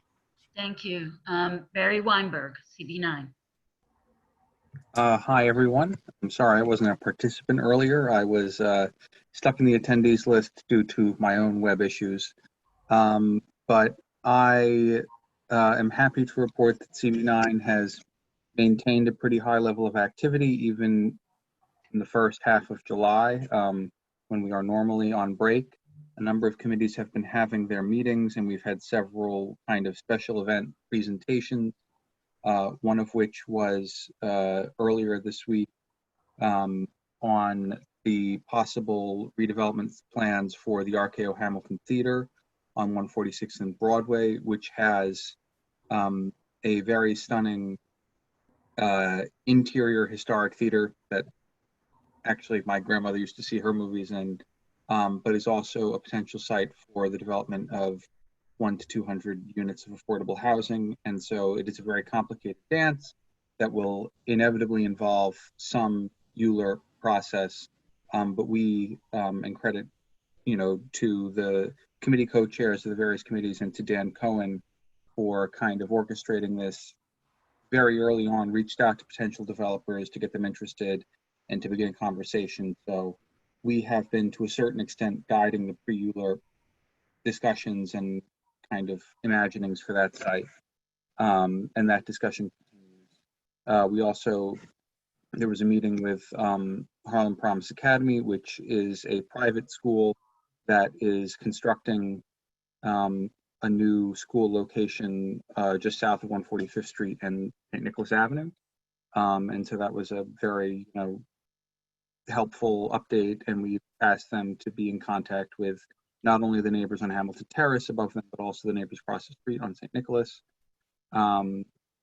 And we have continued our conversations with the NYPD around their activity in our neighborhood in particular, balancing the concerns of residents who are both wary of over-response to certain things like noise complaints, but also significantly concerned about the uptick in heavy narcotics traffic along Broadway in the Hamilton Heights area.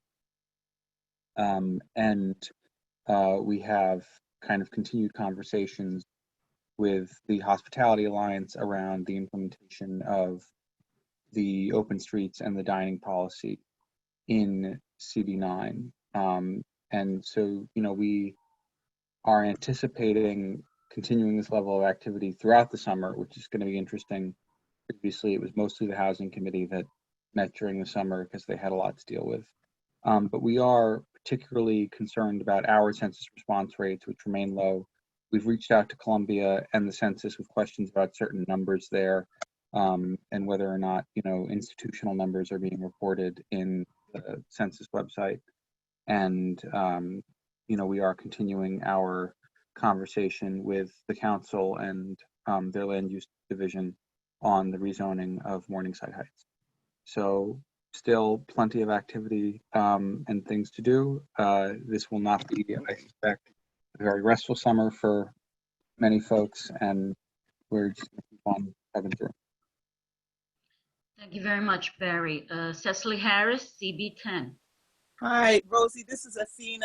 Cicely actually called us to say that she apologizes. She needs extended time. If we could come back to her later, she's on a work call, so she'll need another at least 15 minutes. So she'll chime back in when she can. Okay, CB11, Nilsa Arama. Nilsa, can you unmute?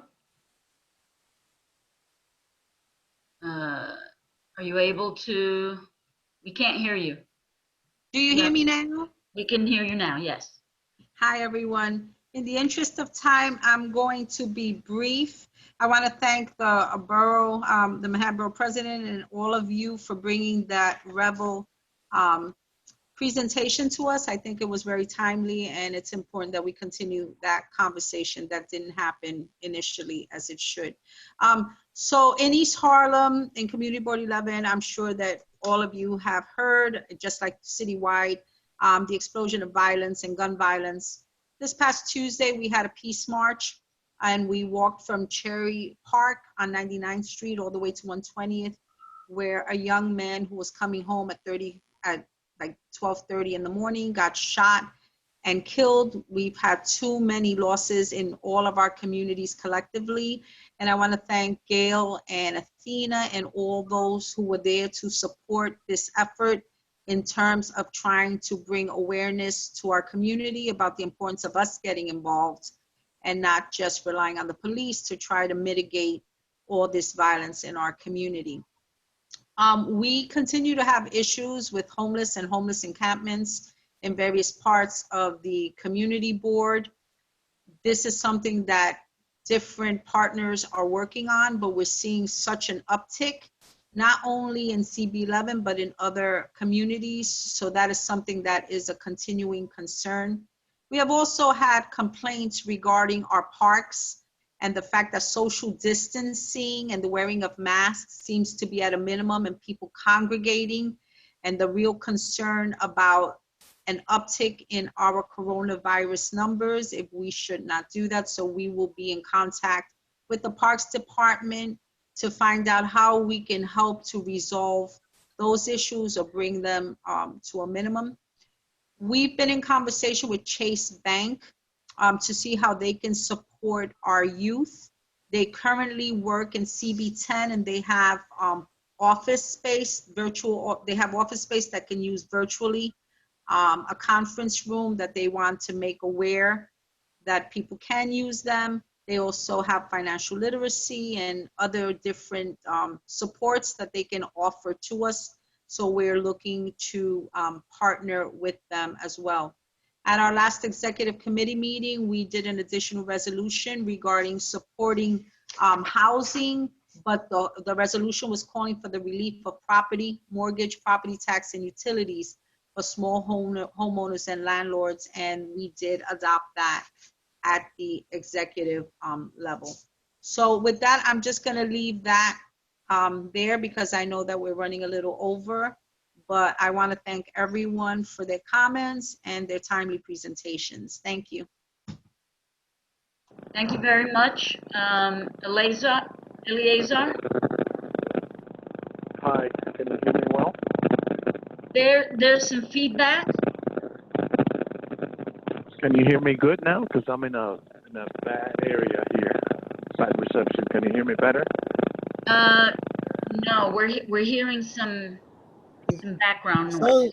Try again. It sounds like you're riding a moped. No, can you hear me now?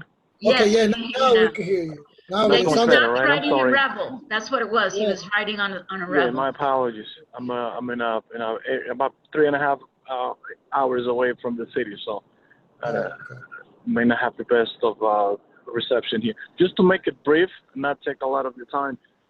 One, thanks to the office of the Manhattan Borough President's Office for such a timely presentation on Revel. It has been a problem, or has been a problem that has been affecting our community probably has been hit the hardest.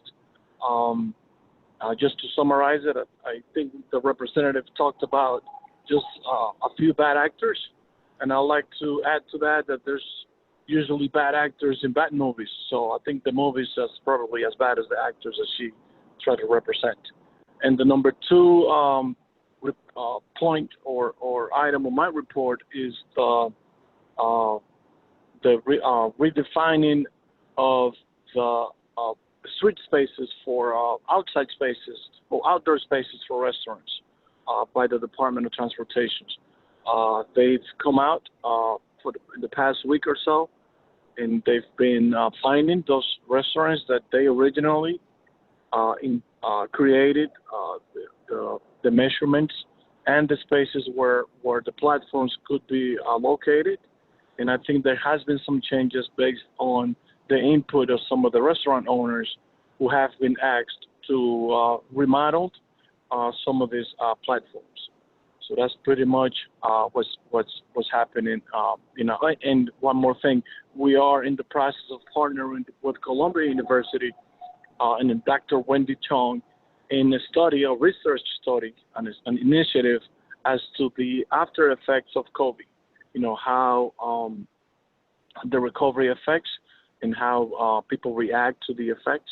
So we're going to have a committee of the whole meeting in August, so that we can have that presentation for the public. And that pretty much is my report. And I thank you, and I thank you for bearing with the noise and the background noise. Thank you, Eleazar. Tammy Meltzer, Community Board 1. Okay. Thank you very much. And let me pull up my notes. All right, so Community Board 1, one of the things that I wanted to come to the Borough Board and ask to start off my questions is we'd like to request for all the boards to get together to ask the governor for a change in the open meeting laws to allow virtual attendance with qualification for quorum and votes to extend past August 5th. We have a concern clearly because we're more or less on holiday, we're all still phasing, and we wait month to month to see the extension. Perhaps there could be a permanent change in that law, which would be good for public engagement overall to have the virtual component as well. Moving on to what our discussions are this month, in our land use zoning and small business working group, we've asked DOB to put a pause on new demolition in order to support the small businesses due to the large number of historic and narrow streets we have that are unique in CB1. We're looking to ensure that we are not adding before October 31st new impediments to the businesses coming back. We're also asking for a sales tax holiday to help spur people to come and shop in small businesses within the next few months. That was done, I remember, after 9/11. So we're looking for that to be done as well, as a 6-month forbearance on fines issued from the city for small independent businesses who can demonstrate that they've had economic hardship. Finally, not finally, but we're looking to, in youth and education, to have city streets looked at around schools to allow schools to add additional footprints for play spaces, maybe adding trailers, or having the EDC work with perhaps institutions and other private entities to find ways to enable the schools to expand capacities and offering, as the only options currently looking at are a blended learning, which works on about half the space. And that search for indoor space to expand schools needs to begin now. We don't know how long the pandemic's going to last. Potential funding sources for CBOs and even institutions who could rent space to increase capacity could be a win-win for everybody across the board. Then we're having pursuant to what people have talked about, and I really appreciate Nilsa mentioning the encampments, because we have a public health and safety issue in several issues of CB1. The most urgent one is, of course, City Hall Park encampment. We have a long history of supporting protests and protesters throughout our district because of where we are. However, the encampment at City Hall Park, which started out with Black Lives Matter and protests, has morphed into a full homeless encampment with tents and tarps.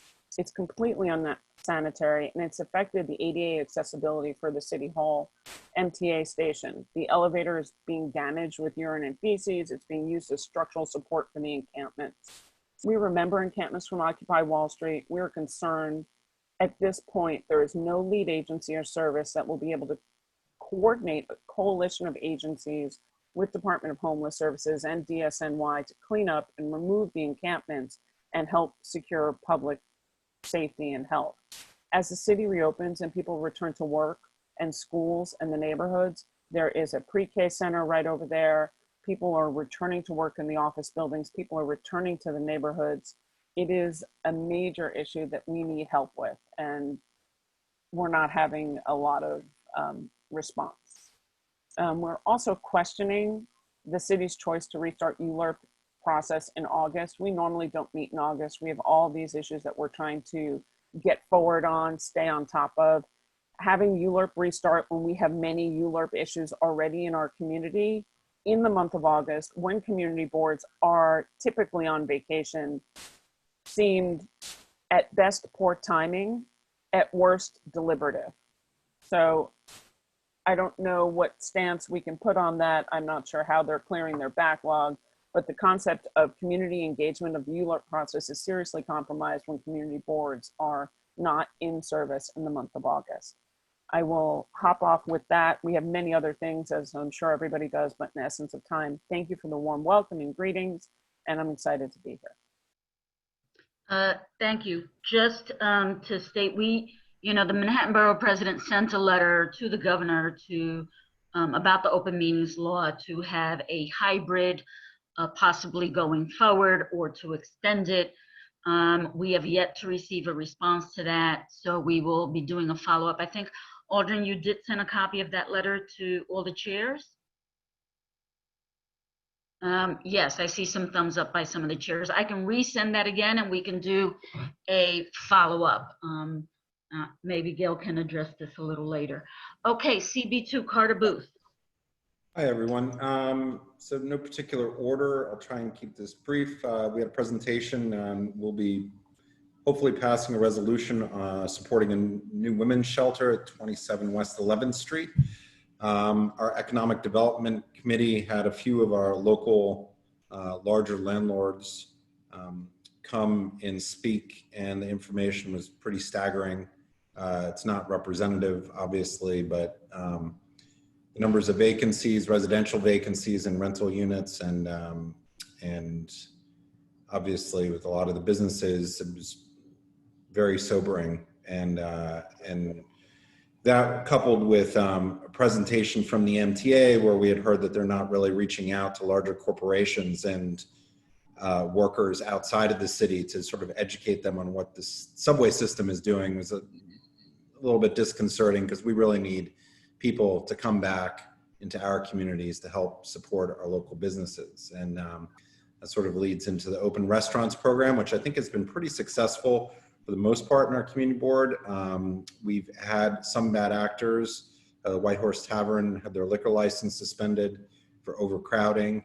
But for the most part, our restaurants are behaving. There are some that could maybe be doing a better job, but I'm sure, like everybody else, as this program progresses and DOT has visited people, it's been getting better and better.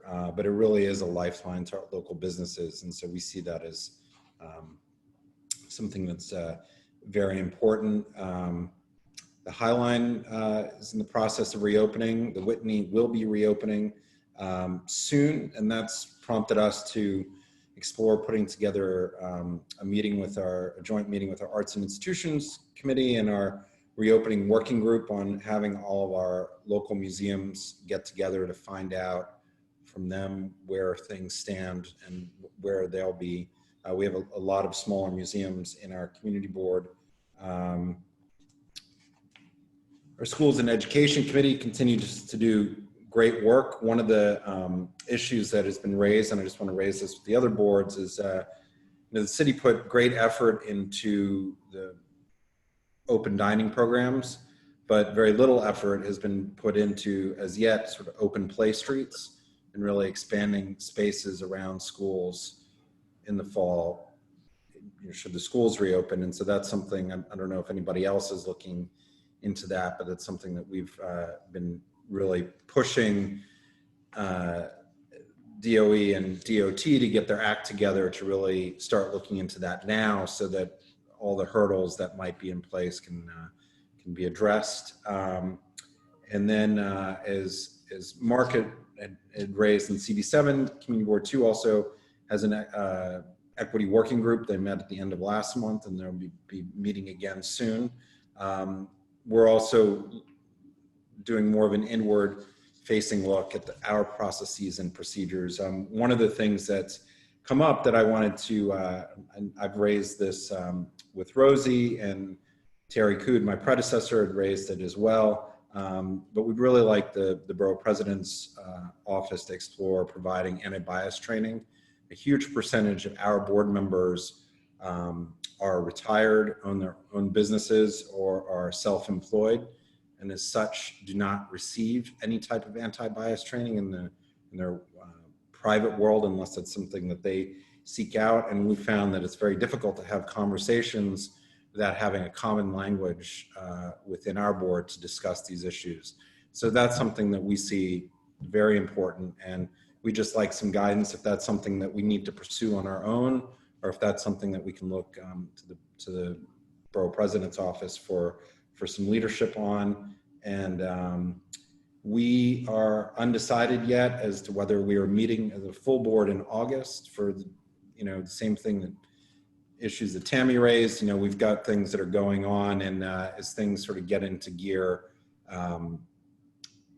we may need to meet in order to have positions on those matters. And I think that I will leave it at that. Thanks. Okay. Just to address what you put forward, Aldrin and I attended the social justice working group meeting of CB4, and they are looking at this. Aldrin has started communications with some individuals about doing some trainings. These trainings, are not mandatory. They are, so people take them if they want, only for community board staff who are hired by the city. All the city employees have to take conflict of interest and anti-discrimination training, and that's required. But we are looking to doing this. There has been a lot of individuals expressing interest that we do this for the community board. Aldrin, is there anything you want to add on this? No? Okay. Thank you. Moving on to community. No, you covered board. it. Okay, thank you. Community Board 3, Michael Marino. Hello, everybody. So we are meeting in August. We typically don't, but we like a month or two ago, we altered our timeline where we typically would be voting on our district needs statements now in July. We've decided to push that vote to October so that we can continue to revise the district needs statements as COVID-19 keeps reshaping our community's needs. So the committees have been talking about district needs in July, and they will continue in August. So, and we do have a lot of other business going on in August as well. Now that, the city is opening up things and approvals are needed, some major projects are back on board, like East Coast Resiliency Project and the Brooklyn Bridge to Montgomery Coastal Resiliency, which is formerly called Two Bridges Coastal Resiliency. So we decided to meet in August, and we're still doing 2 exec meetings a month as well. We are hosting a town hall on August 3rd with Commissioner from the Department of Consumer Affairs to talk about workers' rights as workers continue to go back to work, so that they know what their employers are responsible for providing as far as protections for them. And Most of the other updates I have are really related to the topic that got taken off of our agenda about reopening our offices. I know we have some concerns because our office is a storefront, and we've tried to decipher the 29-page document of guidelines that came down from the city, but we're hopeful that somebody will sort of make something that's more, to whittle that down into something that's more congruent to how community boards operate, so that we can, have something easier to figure out how to reopen our office. I know that our district manager has already ordered many supplies, cleaning services, and whatnot. The sneeze guards that are needed for the desks are on back order because everybody's ordering them. So, that's going to cause a delay in us reopening the office as well. Other than that, we held 2 trainings that were geared mainly towards our new members, but all of our members were invited. The first training focused more on office procedures, how to work with our district office, how to work with the district manager. It covered a little bit of Robert's Rules of Order, resolution writing, things like that. And then the second training was geared more towards the 3 committees that deal very heavily with city agencies, SLA, land use, and landmarks. And those were very well done, very well attended by our members, and we recorded them. They're on our YouTube channel, but they're private. So if anybody wants to look at them, just give me a holler or reach out to our district manager. We'll send you the link. And that is it for me. Thank you very much. Community Board 4, Lowell Kern. All right, first of all, our social, as you mentioned, Rosie, I want to thank Rosie and Aldrin for attending the Social Justice Working Group meeting earlier this week. Our Social Justice Working Group will be providing their preliminary recommendations for our full board meeting, which is taking place next Wednesday. So I can share those if anyone is interested with what they come up with. It affects both NYPD, what goes on within our community board, and what goes on within our district. So they're really going comprehensive on this. It's just preliminary recommendations, and they'll continue their work from there, but we wanted to have something to start with. We are continuing to have a problem on West 36th and West 37th Street. DHS moved 3,000 men onto 2 blocks on 36th and 37th between 8th and 9th, out of shelters into hotels, and they've overrun the neighborhood pretty much. So we continue to meet with DHS on that. We are working on the Empire Station complex. I'm going to defer to Vicki to give an update on that, since most of the complex is within CB5. I will say that we had a joint land use and transportation meeting on this last night that Vicki attended. And my board members attended all the CB5 meetings. So we're working on that. I have a couple of things that I need the borough president's help on.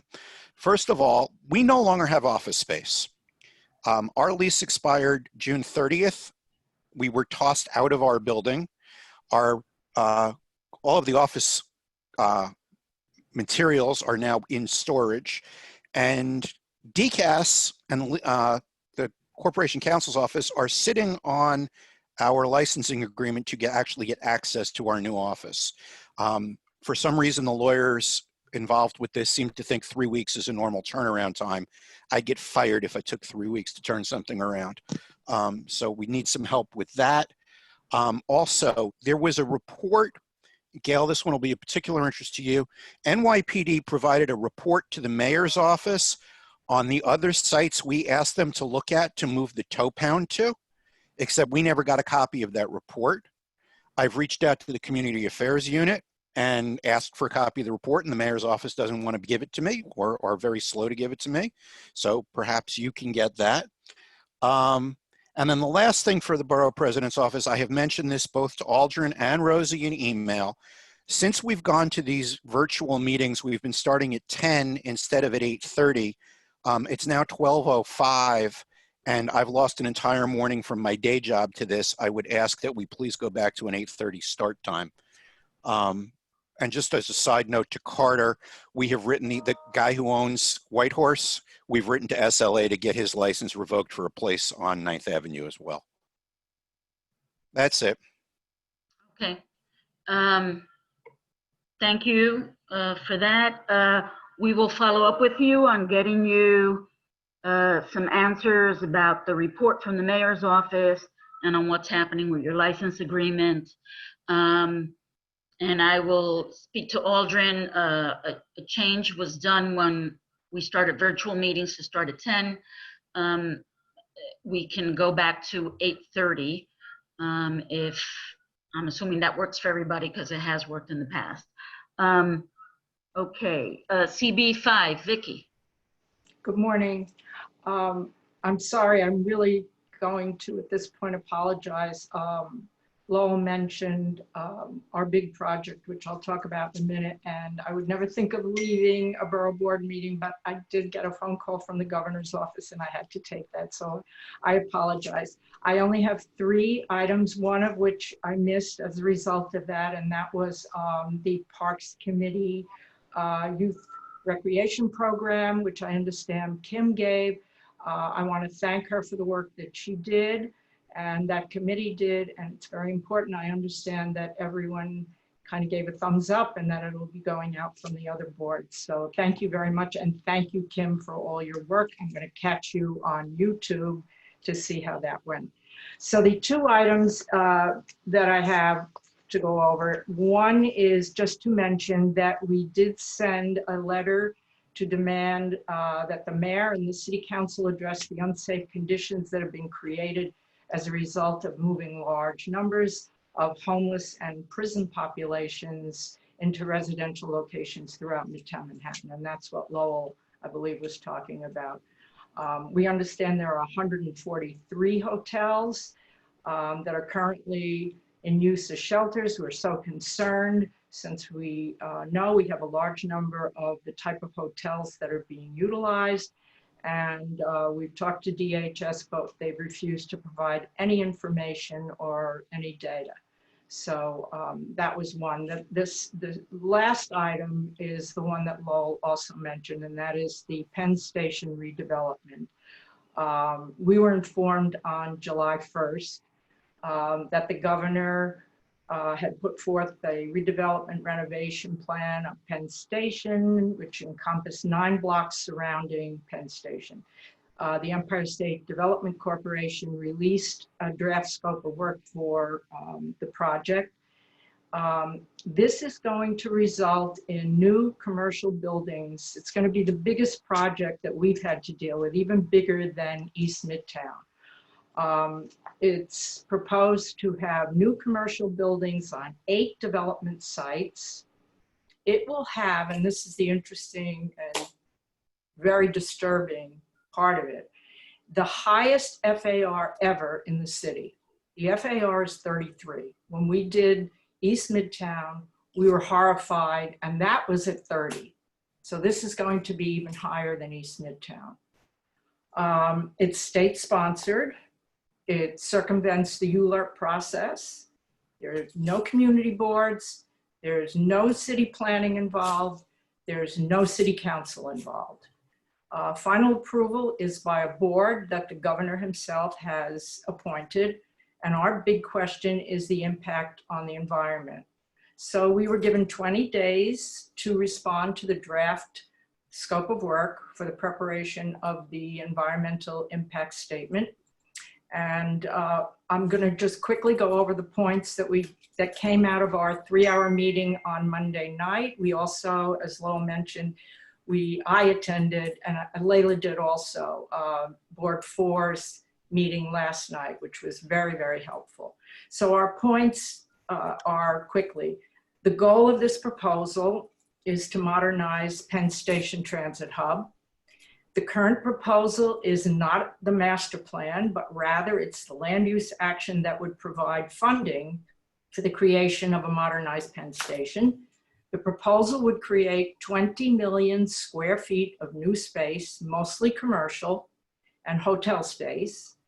The transit and transportation aspects are not part of this proposal. The development area falls mostly within CB5, 5.5 blocks, while 1.5 blocks, I think, are CB4. The T&E and land use committees, that's transportation and land use committees, held a meeting to discuss, as I mentioned, to discuss this. And overall, our concerns were the lack of details about the below grade alterations, and we feel a piecemeal approach is not adequate. Madison Square Garden is not addressed in the proposal. CB5 is on record recommending, I think you all remember this, the relocation of the garden. And we feel that without relocation, Penn Station cannot become the 21st century transit hub that it should be. The funding, the rationale for the funding lies in the assumption that funding cannot be obtained otherwise. It is ill-guided and we feel it's an ill-guided assumption. And furthermore, given the prominence of the transit hub and its significance for the regions in the country, funding should be secured from sources other than a massive real estate upzoning in CB5. The proposed density of 33 FAR is unheard of in Manhattan. If this were to proceed, this would be the densest development ever seen in the city. The challenge of fitting this density in an existing urban context is insurmountable. State concerns about shadow impacts, sight lines, specifically obstructions of the Empire State Building views, demolition of many historic buildings, lack of parks and open space, inadequate assessment of pedestrian needs, sidewalks and open space. CB5 also questions the environmental assessment radius. For example, we believe that the impacts of the proposal should be assessed in conjunction with, say, the Port Authority terminal development. A fifth concern is that the proposal needs to assess alternate scenarios, including a phased development scenario where development proceeds at an alternate location, a scenario that includes substantial residential affordable housing. And our last concern is that the development should include a substantial community space that could be used for education, like a school, cultural, a museum or a library, and a health-related facility like a hospital. So, as I said, we will be testifying on Monday at the hearing. We are pleased that CB4 attended our meeting and we attended theirs, and we really look forward to working with CB4 on this in the future. As far as August is concerned, with all that's gone on over the summer so far, we will definitely be meeting, our committees will be meeting, and we will most likely be having our full board meeting as well. So thank you much, and I wish everyone well and good health. Thank you very much. Asia, CB6. Sorry, I'll be very brief. I just wanted to agree with everyone. We have gotten some complaints around open streets as well as lack of social distancing. The board office has gotten lots of calls, and they were actually noting that on 311 there was no system to do any of those type of complaints. I was curious if the borough president's office could maybe make that suggestion, if there's a way on 311 to do more of that type of complaint so we can monitor it. Also agree with the comments around fast tracking open streets for schools and preschools and daycare. That has come up. That's come up personally to me, and I think it's a long, arduous process. So if there's a way to make it easier for schools, since so much isn't up in the air, they won't really understand what they will be able to do till really in August. But I will mention to you, from my understanding, even if they had extra spaces, they're still limited to 9 to 10 kids per adult, and they're only funded for those teachers. So we think that the open spaces would just expand out play areas. And finally, we also have been seeing there have been lots of complaints around loitering with some of we don't have as much as CB5 and CB4 with the hotels that have been made into shelters, but that has been a complaint. So we were really, I was really curious to hear what CB4 and CB5 were doing, because we'll be doing this similarly, working with DHS on that. Thank you. Cecily Harris, I see that you're back.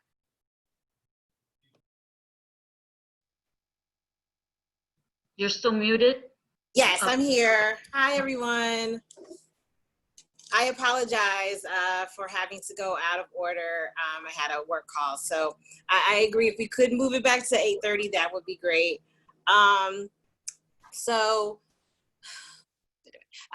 We've been still busy in CB10. First of all, I'd like to thank Madam Borough President for just supporting us through a lot of the initiatives that we've been going to. There's been a lot of things going on, of course, with the uptick in gun violence. We have been called on to join a couple of task force, and I thank her for always being there and supporting us. We did a walkthrough with some of the elected officials and NYPD just to look at how we are going to engage people and what is the right way to do that.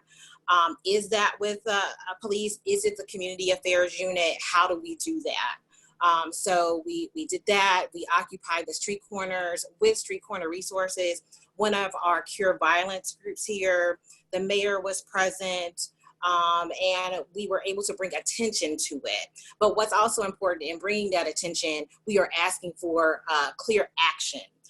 So even when the cameras leave, we are there, living there. So we want to make sure that we are continuing to get that message out, and be very intentional about what we want to see in our area and how we do that. And we want to hear the voices of the community. So Borough President has been very helpful in that. We have a couple of forums coming up addressing those issues that will be strictly community based. So we can hear, especially from young folks that are facing the issues, how and how we can engage them. One of the things we're talking about is doing an increased open streets up here that is more city-based, like bringing in agencies to do different initiatives here, not just open the streets, but have like a purposeful opening. So those are the things that we're looking at. And there's been a lot of outreach for our elected officials, so I'd just like to thank you all for that. We have the Black Lives Matter mural here. It was a great success. We all enjoyed painting it. CB10 had a letter, so we were very glad to be a part of that. We did have a little bit of destruction on the mural, so we would not be deterred though. So Harlem Park to Park, Nicoa Hendricks and Erica Ewing were on that, and we were able to get that redone. And so it's back to brand new. So it looks great. If you haven't seen it, it's inspiring. A lot of the local artists were involved. So we were excited to be a part of that. Again, Borough President was there supporting us with Athena. So thank you all for that. We were able to do an open streets walkthrough for restaurants with our Frederick Douglass Business Alliance, just to figure out what that might look like. That's the only application that we've received or had notice of. So they were very gracious with that. We had a lot of comments about that because there is a major bus line there. So we want to know if that's going to be rerouted. Will Access-a-Ride be part of the emergency vehicles that are allowed to have access to that open street for our disabled and our senior community? So we were able to talk about that. And I also talked to DOT about that as well. So very responsive. And our EchoDeaf community is working, having some forums about 5G, demystifying 5G. If everyone knows, everybody's going to be walking around with silver hats on, you know, so they won't get into our brains. Is that what we're talking about? Like, we've got to demystify those myths and see how that is really going to help our community instead of hurt it. And we are talking about the sustainability of businesses owned by people of color, especially African Americans, as they are closing at twice the rate of the other businesses. How do we, halt that, stop that? And if they do have to leave, how do we make sure that those businesses, those spaces are still represented by people of color? So those are the questions that we're asking in EchoDev, and we have a forum coming up on that. And just really quickly, we have a resolution that everyone should have had. Thank you, Rosie, for passing that out, sending that out. It is brought to you all by our Parks and Recreation Committee. It is addressing the injustice and the learning opportunity that we have from the exonerated 5. We are talking about and have a lot of support. Thank you, Borough President, again, for supporting us on this and giving us that letter. But I believe it was also circulated to the community boards that are surrounding the park to talk about it. And we are open to any kind of feedback about it. But we are looking at it to be a hub for social justice, for conversation, and to be interactive and reach people on many levels. We want to also touch our young people with it because they're the most affected by things like this and the most disenfranchised by things that are going on. So we want to make sure that we're doing that and very, again, intentional how we do this. So we have a meeting coming up today to talk about what this mural or commemoration piece will look like. And, you know, to even bring it home, we are even talking to the Exonerated Five. They're in on this. So we're getting the true feedback for the folks that were affected. So those are the things that I wanted to bring up. So, thank you. Thank you. Madam Borough President, we are now moving into the Borough President's report. Thank you very much. So very impressive group of chairs. So while we were talking, the governor's office called. Apparently the governor, some of you may have been listening, I was not. So he announced today that phase 4 will not include malls, museums, or anything indoor. No indoor restaurants, no indoor museums, and no malls. And as part of the recovery task force with his office, we were often asking about botanical, museum, zoos, and so on.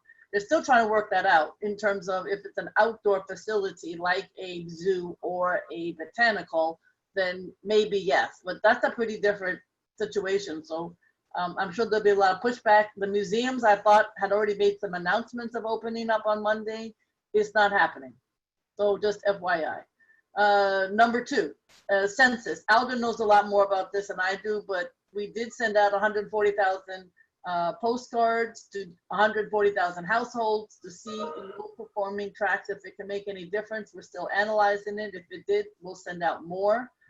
We have been in touch with the, obviously the city and the state, and I mean the city and the federal in terms of working to come up with more possibilities. I know that in the east side, and you probably know this in Board 8 and Board 6, but all the private schools are sending out notices, all the houses of worship we're working with, trying to get those out-of-towners to fill out the form again or fill it out for the first time. I will say that I just talked to a friend of mine who's more statewide than I do, and a lot of kids are enrolling in Long Island and Westchester schools. So we're gonna have a problem.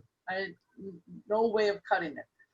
With the wonderful Harlem Complete Count Committee, thanks to Alden also, from 2 to 5 tomorrow, we're doing a car caravan starting at 155th Street and Frederick Douglass, and we will go through Harlem. If you need more information, Alden can help me. I've also been bugging, and I believe Alden supposedly tomorrow will have an answer. The governor's office has promised funding to all 5 borough presidents for census.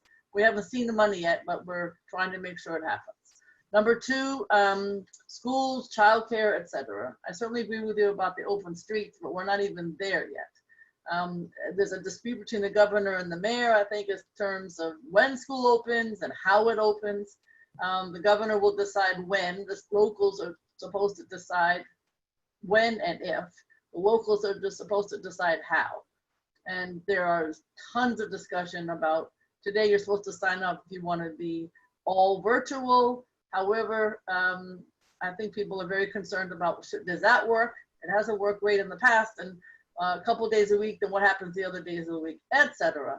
So I certainly agree with others like Tammy, who suggested that we should have other spaces. We're actually going to call every single principal and figure out what in the world is going on with their schools, because I just don't trust DOE. I don't know how else to say it.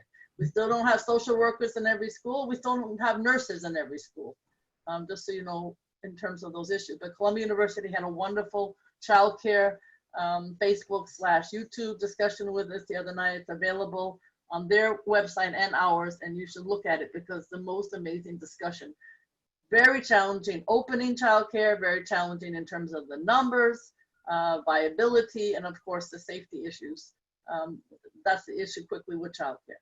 In terms of food and NYCHA and so on, you know that we have been going from the top to the bottom of Manhattan with Fresh Direct and the NYCHA residents. We've been joined this week with the New York Public Library, which was phenomenal. The census is always with us, but the library gave out thousands and thousands of brand new books and book bags. And it was really fantastic. So I want to thank them. It appears with Fresh Direct and NYCHA, the city is willing to continue the contract. But the problem with Fresh Direct is they don't actually have a location that is refrigerated and large enough to be able to continue the packing for this 5 boroughs and the NYCHA folks who need food. So I don't know where that's going to go, but that's the situation that we're at as of yesterday afternoon. In terms of all the great work that's been done regarding gun violence, I just want to thank all the community boards, particularly East Harlem and Central Harlem, and the rallies and the attention and the discussion. There's just a whole lot more to continue. I know that Errol Lewis wrote the other day, I think, and others have followed in the Daily News, for God's sake, you need to fund the community colleges, those that provide jobs, those that give English language support, etc. And they've all been cut. Certainly the community program continued, but that's it. So you can't have it both ways. And so I guess I'm a big, not only of summer youth employment, yes, yes, yes, I agree. Congratulations to everybody who supports that, but you need a lot more. So I'll just leave it at that because it pisses me off to such an extent. I just want to thank Harlem community and the Community Board 1 and the work that we did in terms of the murals. They're really gorgeous. The Harlem is gorgeous. I don't know if you've had a chance to go to Foley Square between Reed and Worth Street.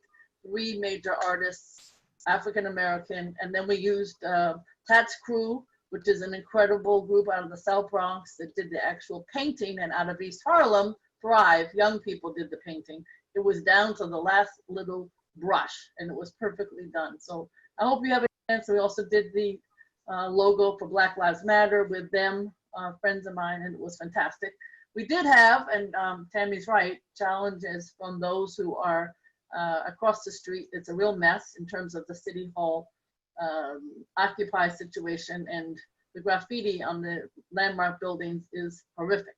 I don't know where that's going to go. I lucked out with the people who came over because guess what? Gail Brewer knew them for a whole series of reasons. But normally, we got to figure out something. They do have a way of kind of supporting each other in terms of those who are homeless. So there are lessons to be learned from the group, but there's lessons to be not learned from the group. So we have to figure out what to do.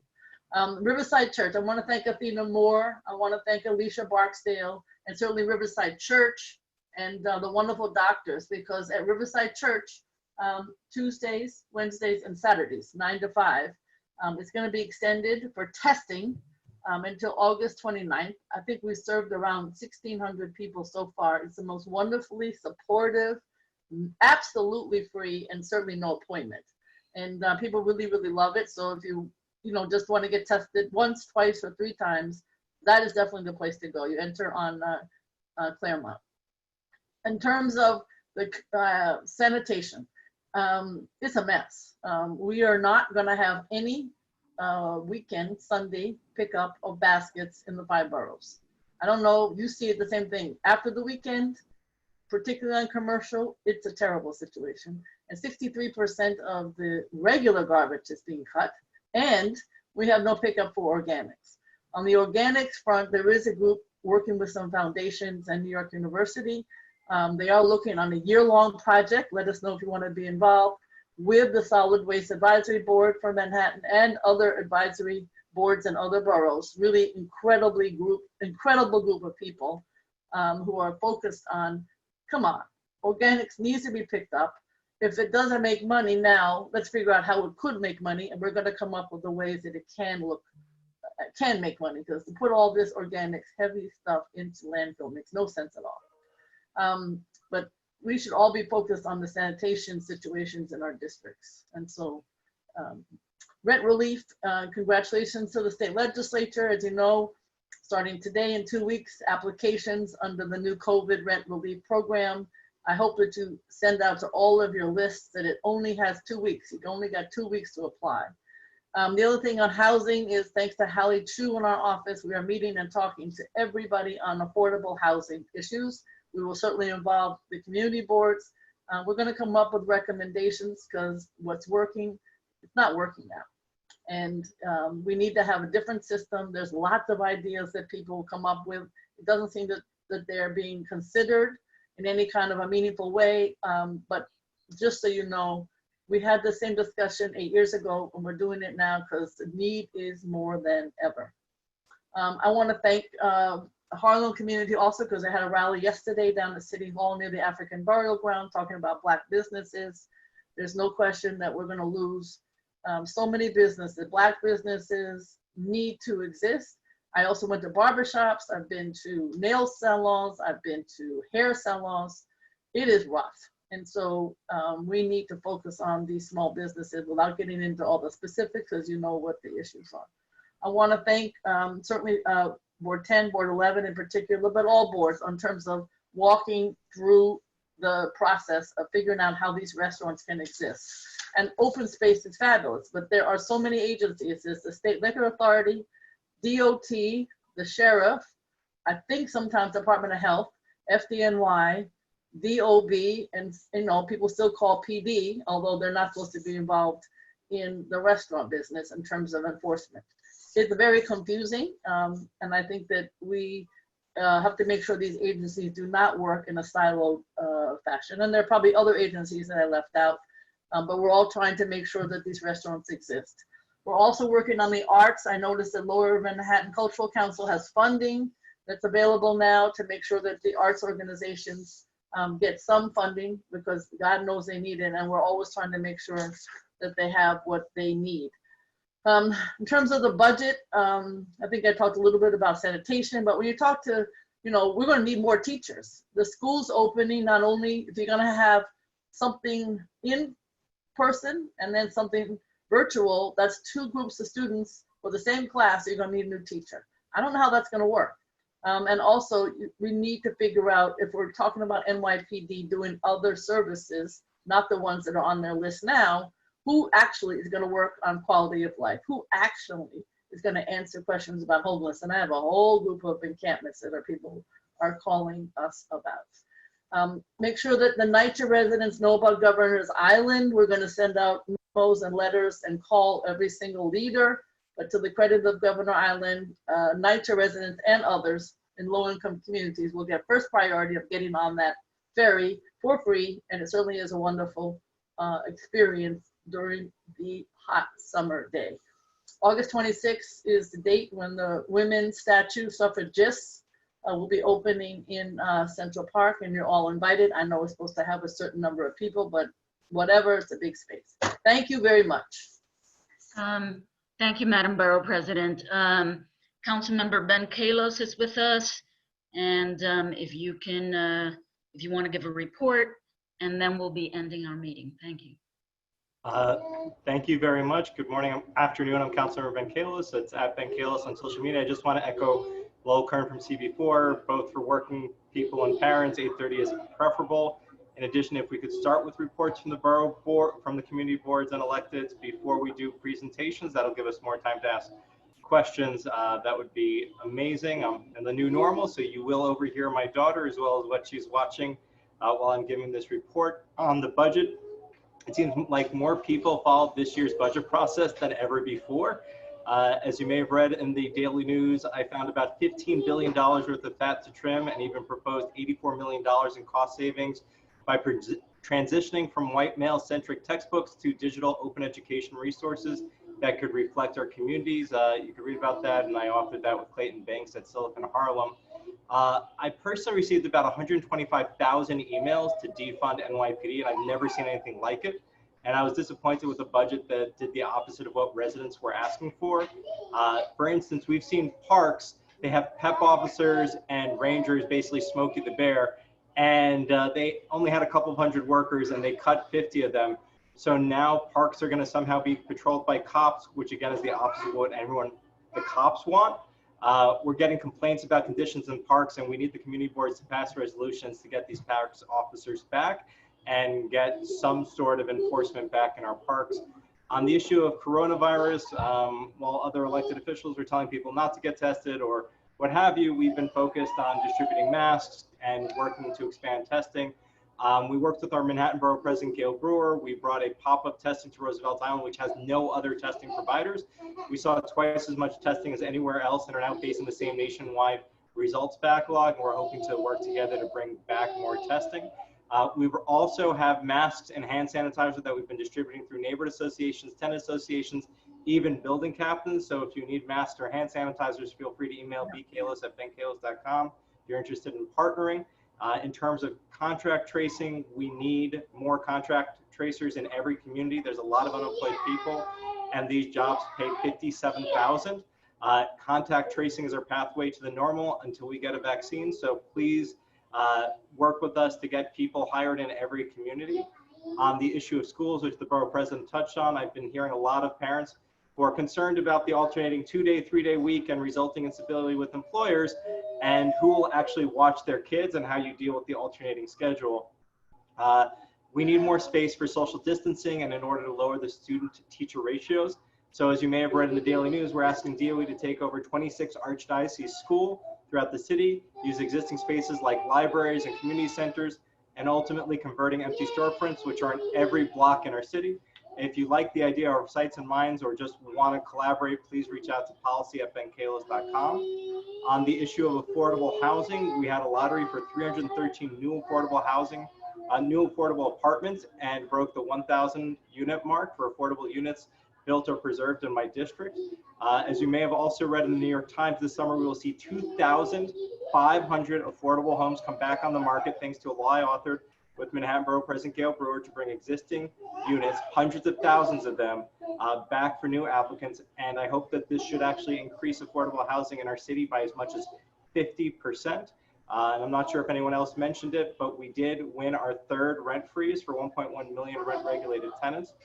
I've heard a lot of community boards mention concerns about homelessness, and I wanted to share a model we built in my district. It's called the Eastside Task Force for Homeless Outreach and Services. It's a table with elected officials, nonprofits, houses of worship.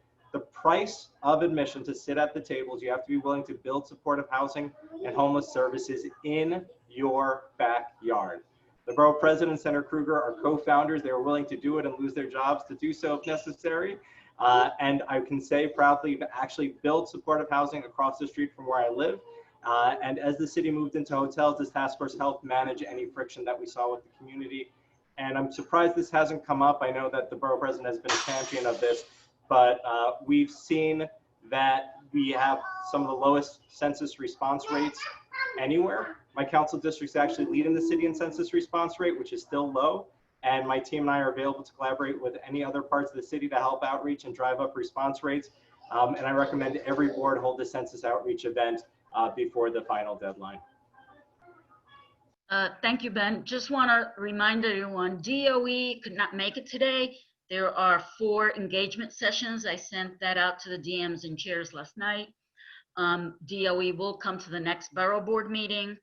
DCAS will be coming next week to the Borough Service Cabinet meeting. We usually don't have a Borough Service Cabinet in July, but we are this month. And next month, if needed, we will hold one. We'll see if there are other issues to be discussed. And yeah, next month, I already know of 3 community boards who usually do not have meetings and are having them. This month, 9 of the 12 community boards did have meetings or are gonna have them before the end of the month. And with that, I wanna thank everyone for showing up, and my apologies, this has run so long. We'll see you all next month. Motion to adjourn. Thank you. Second. Who was the All in first? favor? Aye. Aye. No objection. Have a Thank you all. great day, everyone. Great meeting. Thank you. Thank you.